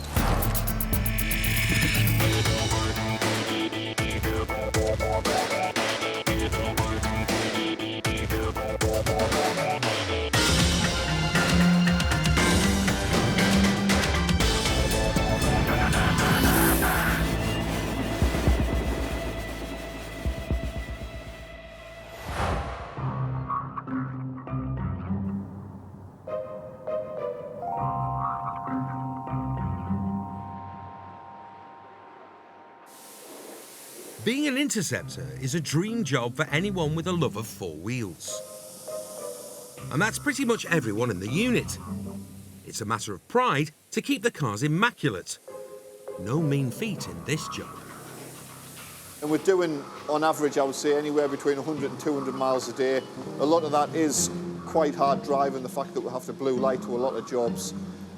So it can take its toll on the vehicles. Each car starts its shift clean enough to eat your donuts off, but that can change in an instant. It's the very early hours of Saturday, and the interceptors have just clocked a Vauxhall Astra speeding in the other direction. They spin round and put their foot down. Going for it there, innit? Kelly is going for it. Behind the wheel of the unmarked X5, Sergeant Kev Salter. The Sarge's dream car is the Ferrari 458 Italia, but on duty, tonight's unmarked 4x4 is his pick of the fleet. He's got a vehicle here filling a stop at the moment. Speed about 40 miles per hour. The Astra has the dubious honour of being pursued by not one, but two sergeants. In the passenger seat, Pete Tate. Sergeant Tate nicks bad guys winter, summer, autumn and spring. But his favourite season is the football season. And it's all kicking off tonight. Get ready to run. It's not a dead end down here. I believe he's going down towards a dead end. Get ready for decam. It does come back round itself, though. The Astra's running out of road, and the Interceptors think he's going to decamp. But the driver takes a detour down a dirt track. Sorry, lads. He's led them a merry dance in the middle of nowhere. Yeah, he's got off-road across some fields now. Right into a pitch-black farmer's field. Yeah, Peter, helicopters above with... I think he's stuck, stand by. Get out of the car, get out of the car, get out of the car now! Get out of the car! Pete gets the driver. You're all locked up on suspicion of theft. Kev takes care of the passengers. Get out! Get on the ground now, all three of us, I'm telling you, you get tasered. On the ground now! No one's going to argue with that. Hands, you stay on the ground, mate, I'm telling you. On the other hand. On your knees, please, on your knees, please. Face down in the crop, they're swiftly detained. And Kev gets straight to the point. What's the crack with you? Disqualified? Time to call in the cavalry. There's just one problem. Have you got any idea where we are on mapping with regards to this pursuit? Yeah, you're in the middle of a field. I can't be any more precise than that. Roger. I've absolutely no idea where we are. We're in the middle of a field, in the middle of nowhere. I haven't got a clue. We've got three people here. God knows how we're going to get them back or to a car or a vehicle. Other cars are in the area. They just can't work out how to reach the field. We just at the cemetery now. How do we get our vehicles as close to you as possible from where we are? It's a very good question. I've absolutely no idea. In situations like this, the Interceptor grapevine inevitably starts rustling. And as Kev searches the car, the routine ribbing can begin. Tango 1 to 36. Go ahead, Inspector.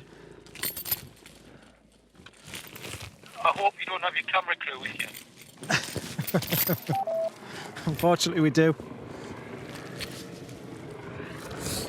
Well, I'm just getting £250 off that bald-headed man. You've been framed for this one. This one could run and run. Roger. Unlike the driver, who's still on his knees in the greenery. Right. You got a licence? No. You disqualified? No, never had a licence. Right. Never had a licence. Any insurance? No. Do you now know what's going to happen with you? You're going to be arrested for dangerous driving, failing to stop for police. All right? He's going to get nicked in a big way, if they can ever get out of the field. Can you see my torch? Are we heading in the right direction? I'll stick my blues on. Can you see them? Can't see your blues as yet. It'll be harvest time at this rate. 36, can you see them, Pam? Yeah, I think we've got you. It's a long walk, but there's blue light at the end of the tunnel. Oh, I'm not good. And a van for the off-roaders. Where do you want this one? In the back van. We'll follow them down here. Grab a seat. Good job. That's what it's all about. Yeah. Lock up section. So we've got to try to get our car out there. Out the field now. I don't know if you've noticed, but we've had a lot of stick off our comms operators who seem to be all laughing at us at the moment because we're stuck in the middle of a field somewhere, and we've now got to get our own car along with that other vehicle out. So, wish us luck. Kev's agricultural off-roader was found guilty of dangerous driving, driving without a licence, without insurance and failure to stop. He was disqualified for 12 months, got an 8-month youth offender referral order and had to pay £250 compensation to the farmer. As for recovering his Astra, that might take a while.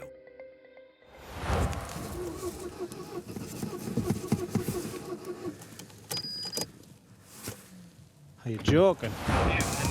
Still to come, a heroin bust begins to unravel. The best laid plans have just been kiboshed. You're now under arrest on suspicion of cultivating cannabis. A garage load of weed isn't business, it's strictly personal. Clearly the lad has a little bit of a habit. And bad news for a burglar when the dogs let off the lead. Elsa! Stop him!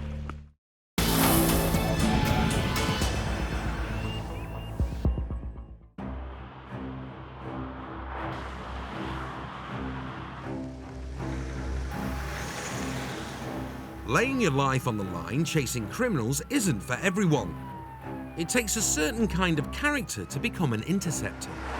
We're all motivated for different reasons, but it's unfairness and the injustice of anything that gets under my skin. If you say a drug dealer that's never done an honest day's work in his life and never contributed to the system, I hate that, and that motivates us to go after that drug dealer or other drug dealers.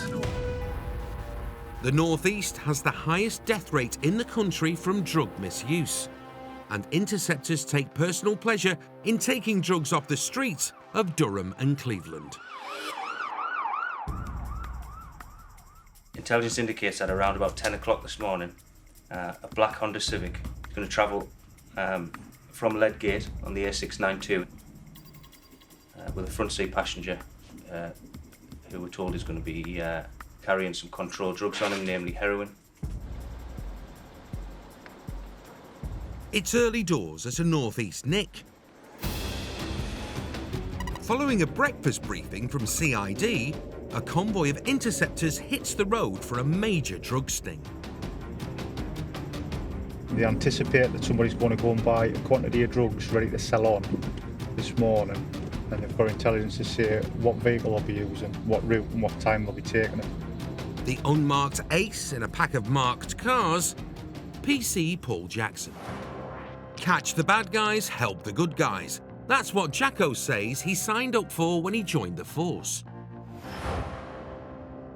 And a heroin bust is the best of both.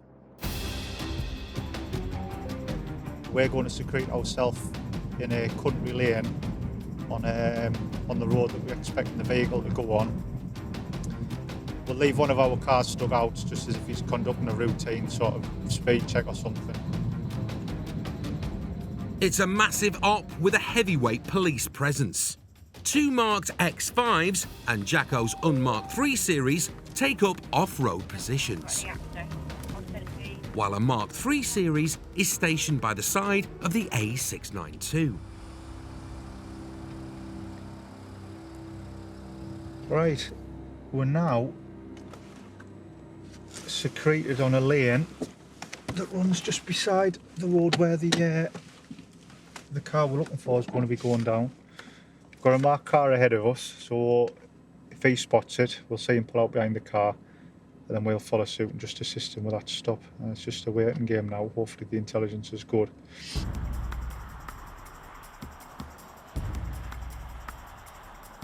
The target car is a black Honda Civic, which the whole team is primed to intercept. We're on 10:37 and we've been sat patiently for over an hour and nothing's happening. Again, can be part and parcel of the job. Long periods waiting around for something to happen, but as it stands, we've watched a lot of cars drive past, a couple of dog walkers, and that's about it really. 10 minutes later, still no show. Take it, no change, no change. But then, fresh intelligence comes in. So they're going to be delivering in so they won't reach you They'll not get as far as you. They're coming in from the other end of the village. They're not going to hit as far as us, so we need to reposition. It's a race to relocate to a spot where they can intercept the target car. We're going to relocate now, Mel. All change, all change. Roger. I'm coming along. I'll try and get past you, beyond you, and then we'll give you the heads up. Just had the sergeant on there. The best laid plans have just been kiboshed. The convoy gets its collective tow down and motors 4 miles away to take up positions further along the road. Just had an update from the DS saying that they have in fact changed vehicles. We're now on the lookout for a silver people carrier. And the route's also changed. It's meant to be coming from our right as opposed to our left. It's meant to be on the move now. Tension builds as the people carrier gets closer to Jacko and co. Just be prepared that at the last minute. Then suddenly, another change of plan.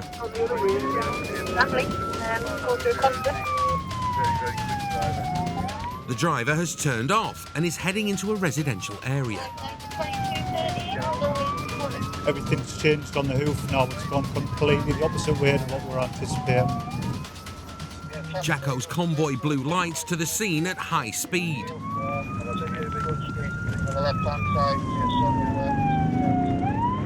But coppers stationed near the suspect's house have made the arrest. And Jacko and his team arrive to find the passenger in cuffs. Do you have anything on you shouldn't have? Because we will have to do a full drug search, okay? It's in here. How many of these is there? It's in there. Heroin. Marching the suspect back to the Beamer, Jacko walks past his driver along the way. Just jump in the back there for us. With 2 in custody, the drugs, and a huge wad of cash, it adds up to a successful operation between the Interceptors and local detectives. Got 2 Kinder eggs with probably about 20 individual wraps of what he's saying is heroin, with the cash he's got him and these amount of drugs. I'll open them for you. He's locked up for possession with intent to supply controlled drugs. So whilst we've had a canny wait this morning, it's obviously paid off quite well in the long run. Both the suspects were arrested for intent to supply Class A drugs. Following an investigation, no further action was taken against the driver or the other man in the car.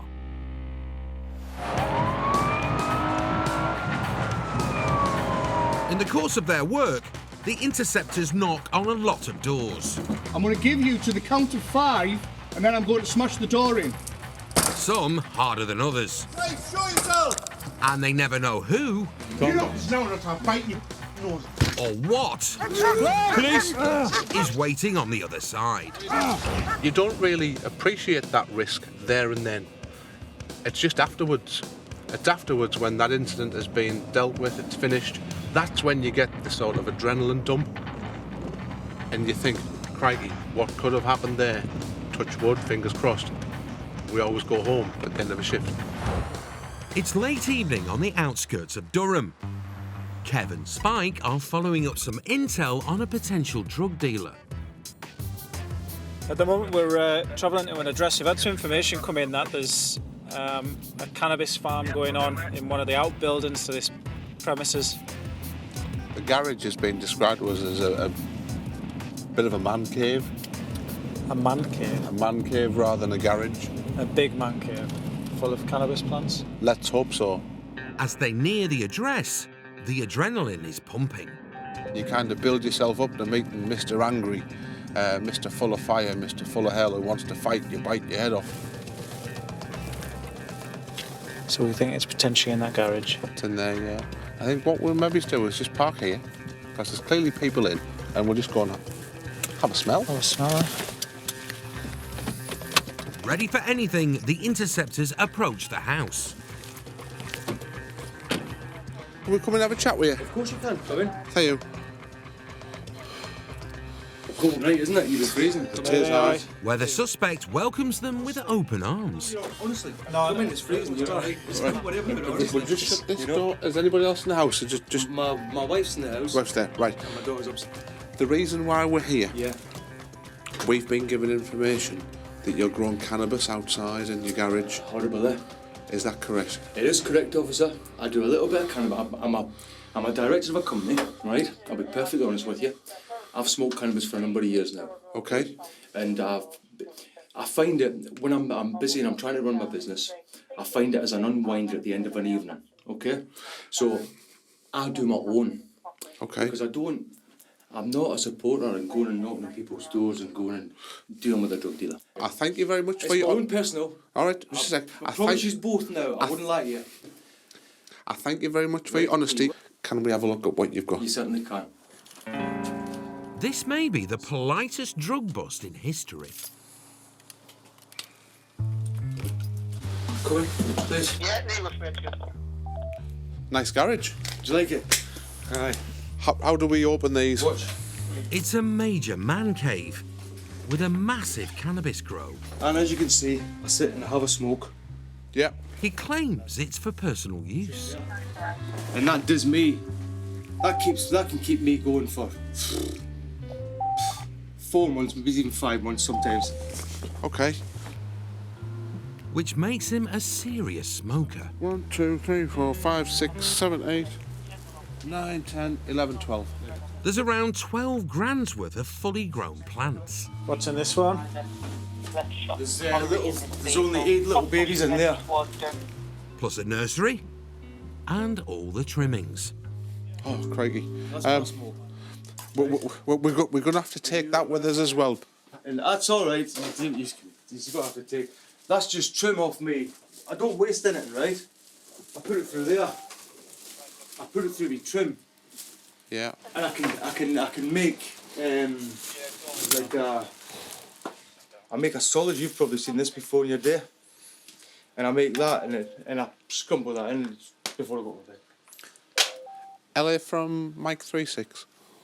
They're going to need a bigger vehicle. Could you arrange somebody from either Durham or Peterlee to meet us with a van and someone with some rather large brown bags, please? Captain Mancave has taken up position behind the bar, but he might not like Spike's order. You're now under arrest on suspicion of cultivating cannabis. Clearly the lad has a little bit of a habit. If it is just all for his own use, I don't know. Our intelligence is that he's not selling it and he's just using it himself. We've got 12 substantial cannabis plants. We've got a lot of cannabis here, which is quite a lot, to be honest, for personal use, which he says it's for. He's been as good as gold. He's been honest from the start. He's told us he had the plants and that in here initially. It is a good find. There is quite a lot here, which obviously could get out into the streets and get in the hands of young people or people who rely on it and then go on to bigger drugs from cannabis. But yeah, at the end of the day, it's illegal. He's got a habit. He's got an issue with it. Obviously, we're here to enforce the law, and it means taking all this from him. Yeah, overall it's a good find, and we do like to get these types of drugs off the streets. The Interceptors may be here to uphold the law, but they can still appreciate quality garage. Bit of a man cave. It's a nice man cave, isn't it? With some growing tents in. Thank you very much, mate. It is. Nice. Cheers, flower. Ta-da. It's quite heavy. With no evidence of dealing, Durham's best-mannered drug farmer was cautioned for cultivating cannabis. His sizable personal stash was seized along with his equipment, leaving Kev and Spike to reflect on a very odd bust. Are we in? Have a sit down. Do you want a cup of tea? You know? I'll help you cut me cannabis plants down. Yeah? Bizarre. Stop him! Elsa, stop him! Still to come. Stop shouting at him! Stand still, man! A burglar regrets going walkies. If the other cop hadn't got in the way, you'd have been getting bitten. He's a about 100 metres off the stinger. The sting is on for a runaway Astra. That's the actual spike off a stinger. And Andy reads the riot act to a boy racer. Are you allowed to race on my road? No. You're not, are you?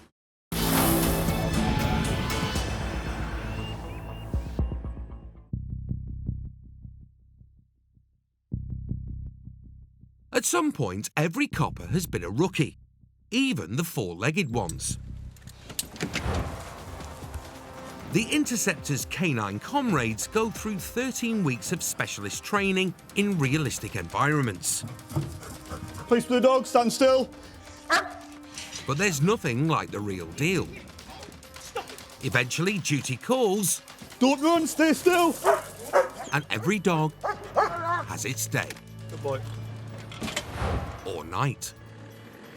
It's the wee hours of Friday morning. And Justin Moffat is on patrol with 2-year-old German Shepherd rookie Elsa. Elsa's obviously done all her training and she's spot on in training. It takes a little bit of a transformation to transfer that to operational. Justin spent 4 years with the dog unit. He knows that, like any rookie, Elsa needs the confidence of a first job under her collar. And tonight might be her chance. Report of a burglary in progress at a Chinese restaurant in the middle of Middlesbrough town centre. Apparently the caller is watching it on a CCTV system linked to his mobile phone. And you can see one male in the premises. There's units already there, so I've asked them to contain it. I'll see if I can get there and put Elsa, get Elsa to work and see if she can find him. Yeah, just be aware the caller is en route to the premises. The Astra dog van makes short work of the outskirts of Borough, and Justin reaches the Chinese ready for anything. Dogs arriving. After touching base with coppers in an alley at the rear of the restaurant, Justin leads Elsa to the main entrance. But just as they round the corner... Stand still, Elsa, the dog! The burglar is out of a side door and on his toes. And Elsa's off. She's done everything right. But when an over-keen PC Usain Bolt sprints into the picture... His shouts confuse the rookie dog. Stop shouting at him! Stand still, man! Elsa springs back to Justin for support, buying the burglar precious seconds. Elsa, stop him! Stand still! Stand still! Elsa, stop him!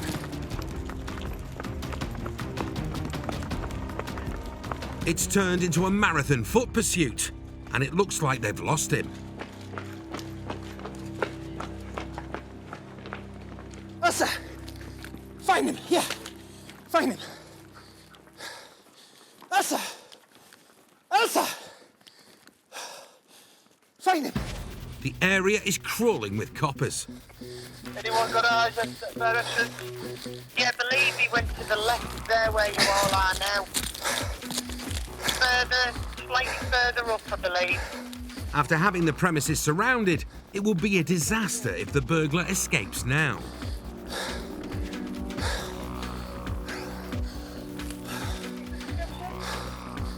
This is the moment for Elsa to earn her keep. Where is he? The burglar may have had a head start, but with 60 pounds of excitable German Shepherd on his tail, he's run straight into the open arms of the law. Us, here! Just in time for a lecture from Justin. I tell you what, you're the luckiest lad alive, you. Because if the other cop hadn't have got in the way, you'd have been getting bitten. Right, chill out with your arms, right? Stop moving your hands about. You are moving hands about. With the burglar in bracelets and locked in the back of the van, Justin and Elsa return to the scene of the crime. The dog works on prey drive. And what that means is it's its natural, the dog's natural instinct to chase after a moving target or subject. And if there's two people running, it puts doubt in the dog's mind as to which subject to chase. When I first deployed her, she was bang on. She knew exactly where she was going.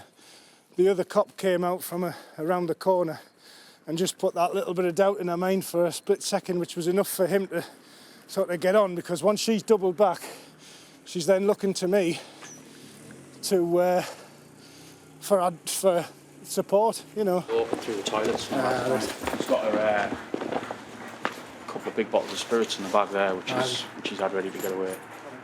The owner says this isn't the first time his restaurant has been robbed. All right. Was that reported to the police last time? Yeah, all these 4 times. It's the 4th recent burglary, but the only time the thief's forgotten his swag. A bag of booze from the restaurant bar. There'll be no Malibu in the cells tonight, but at least someone's earned a drink. Time for a drink, I think, Annie.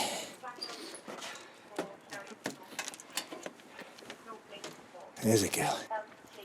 I've no doubt if those cops hadn't have been there, she'd have detained him, and it would have been a perfect deployment. Unfortunately, it wasn't to be this time, but positive aspect is the lad's been caught. He hasn't been bitten. He's not injured. You know, he's been caught bang to rights, if you like, so another little learning curve for Elsa, and we'll go on from there. It'll come. There's no rush for her to, you know, to bite anybody. I don't want her to bite anybody unless it's absolutely necessary, so. The lad was found guilty of burglary. He got a community order and 3 months of electronic tagging. So, if he makes any more unlawful Chinese takeaways, the cops will know precisely who it was. And it'll be bye-bye to the banana leaf burglar.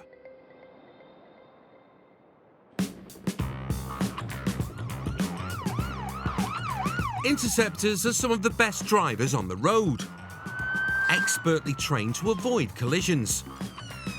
The trouble is, the same can't be said for everyone else.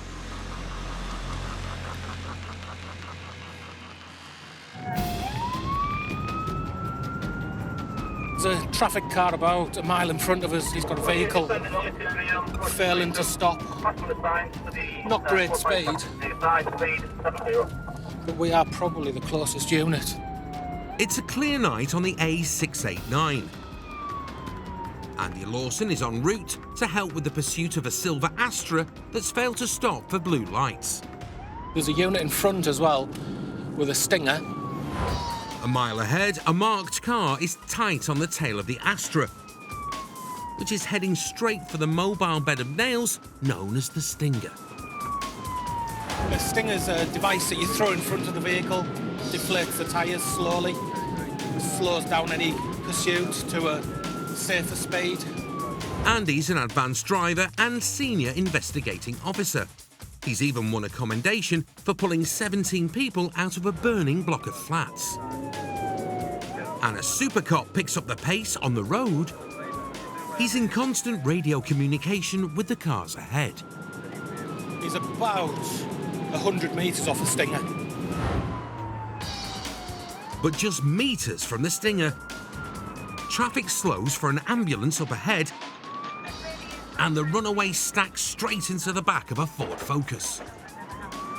Andy pulls up at a festival of light to find the driver in cuffs and the Stinger stowed safely back in a police car. Sorry. All right. They're all right, mate. That's okay. You okay? Yes. Why didn't he stop? The impact was sufficient to trigger the airbags and shatter the windscreen. And while the first officers at the scene questioned the driver... No. Why didn't you stop? No. You should have stopped. Yes, working. Yeah, man. Well, frena. La frena. No. You're the driver. Yeah, working. No problem. You Cristiano, no. It's up to Andy to review the collision. Smart. As they were coming towards the Stinger, there was obviously a queue of traffic, and the driver of the subject vehicle has just gone straight into the back of the Focus, causing the damage. No problem. Yes. You've been drinking? So? You've been drinking? No drink. No drink. The driver of the runaway Astra has no insurance. He's going to spend the night in the cells. While Andy... Can you leave stuff there? Because I'm going to get someone to photograph it. ...will spend it investigating this mess. I'm going to have to investigate the collision, see if any police officers have committed any offences and make sure insurance details are swapped with this poor chap. What'll happen is I investigate the crash to see if there's any blame that goes towards the police in this instance. Initial, I would say not. No, he didn't stop. I noticed. Yeah. I noticed the shoe behind him for, well, since the... Yeah, so what I'll do, I'll look at my officer's footage, who was the one who was chasing him, because all of our cars are recorded. I'll look at the footage and we will apportion blame. A review of footage from the rear car proves it's a straightforward rear-end shunt. It's clear the Interceptors are free of blame. This chap slowed down for the ambulance, and this chap was too busy looking in his rear view mirror at the police car behind him, and he's just crashed in his back, which brought the pursuit to a stop. Not ideal, because I don't like when innocent members of the public get involved. Luckily, no one's been hurt, and Andy is satisfied the cops aren't to blame. But as his team cross the I's and dot the T's... We'll just get some photos. It seems this is a story with a sting in the tail. Tyre's flat on the front. The rear-ended Focus has a flat front tyre. I'm going to take my van round and give him a hand to change it. Oh, that's good of you. Yeah. With the tyre off the car, Andy looks into the cause of the damage. If you look there, that's the actual spike off a Stinger. It turns out the cops were just hauling the Stinger back when the innocent driver was shunted over the spikes by the impact. That's a Stinger spike, sharp end. When the tyre goes over it, this comes off the plastic that we throw underneath the car. This embeds itself in the tyre, and then as the vehicle's rolling, the air comes out very, very slowly. Obviously, the more spikes that go into the tyre, the quicker it'll deflate. So this one's obviously been stung by police, and it's gone down while we were dealing with the collision. They may not be responsible for the collision, but in the case of the Ford Focus flat tyre, the Interceptors are banged to rights. We'll probably end up owning that chap a tyre, because that's our fault he's got a flat tyre. Andy's runaway motorist was convicted for driving without due care and attention, driving without insurance, and failing to stop. He got 6 points on his licence and was fined £180 plus £105 costs. Still to come, it's the Interceptors versus the Boy Racers. You've got 3 seconds to tell me why I'm not going to arrest you. But Andy's not playing games. I've pulled people out of cars your age dead.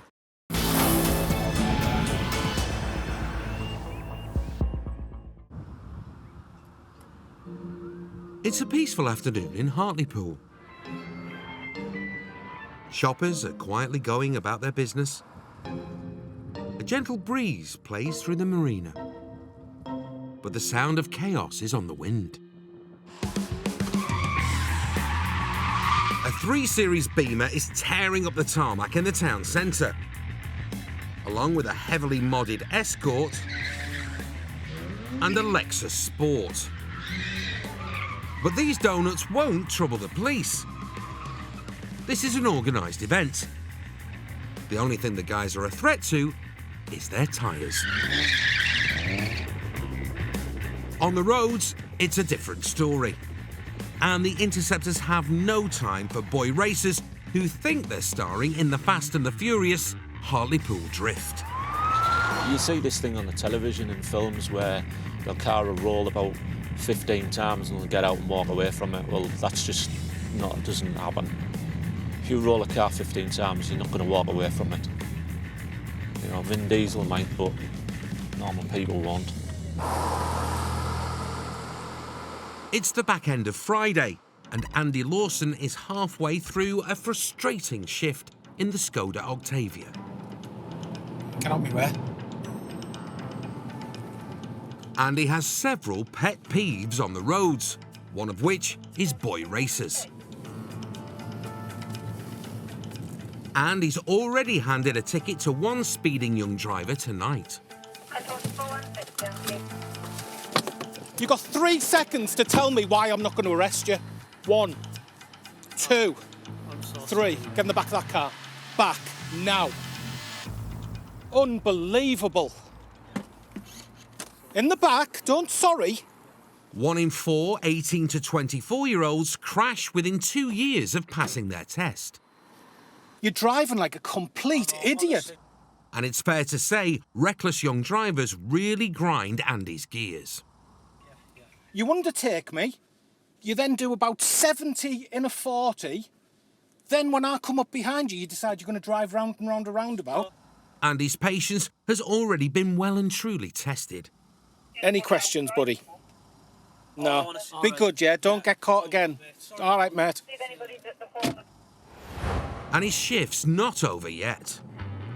2 cars that are clearly racing each other. He spots an Audi and a Corsa seemingly speeding up ahead. Skodas are no longer the butt of a billion jokes. Andy's VRS has 200 horses under the bonnet and a top end of 150 miles per hour. It sails past the Audi and approaches the Corsa. The Sarge is ex-RAF and he's flying.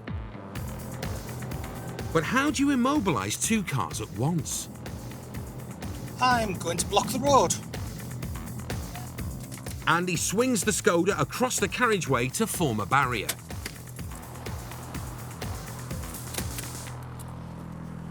Car 1 immobilised.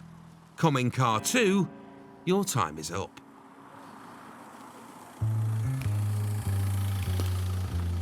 Pulling behind him.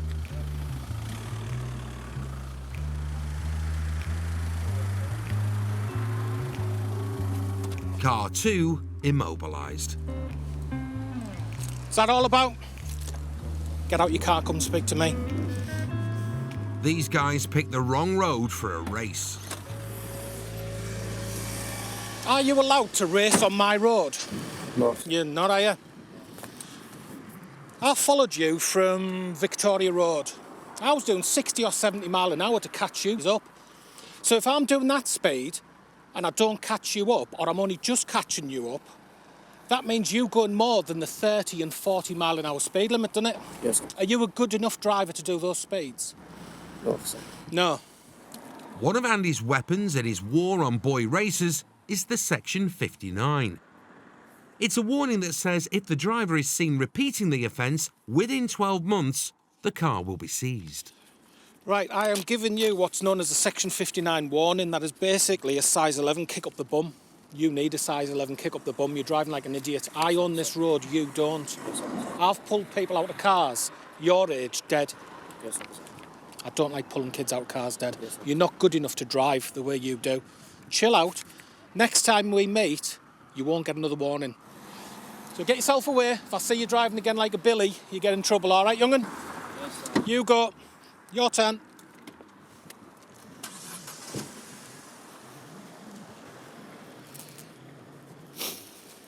Right, you're going to get exactly the same as he got. Yeah. Have you had any Section 59s? Yeah, yeah. You have? Oh dear. 2 warnings in a 12-month period would mean his car will be seized. Are we within a year? Because if we're within a year, you're losing your car. I think it is. Oh dear. What happens there? I'll take your car off you. Yeah, but just like store it. Oh, you can get it back. Yeah. Everything depends on whether it's less than a year since his last Section 59 warning. Unlucky, mate. You get a bit bigger kick up the bum. It is. Bad news for him. How many of you are in here? And his passengers. You're going to have to jump out, afraid. Walkies. While Andy waits for the recovery truck, the driver and his posse head off. Well within the speed limit. The mates While they might think it's a bit fun to be in a car that's getting thrown about and speeding, I've dealt with numerous instances where they've lost control, crashed, and they've killed someone in the car. What's turned out to be a good night out having fun ends in tragedy because somebody's dead. To get his car back, the driver must pay recovery and storage fees. If he fails to do that, it will be crushed.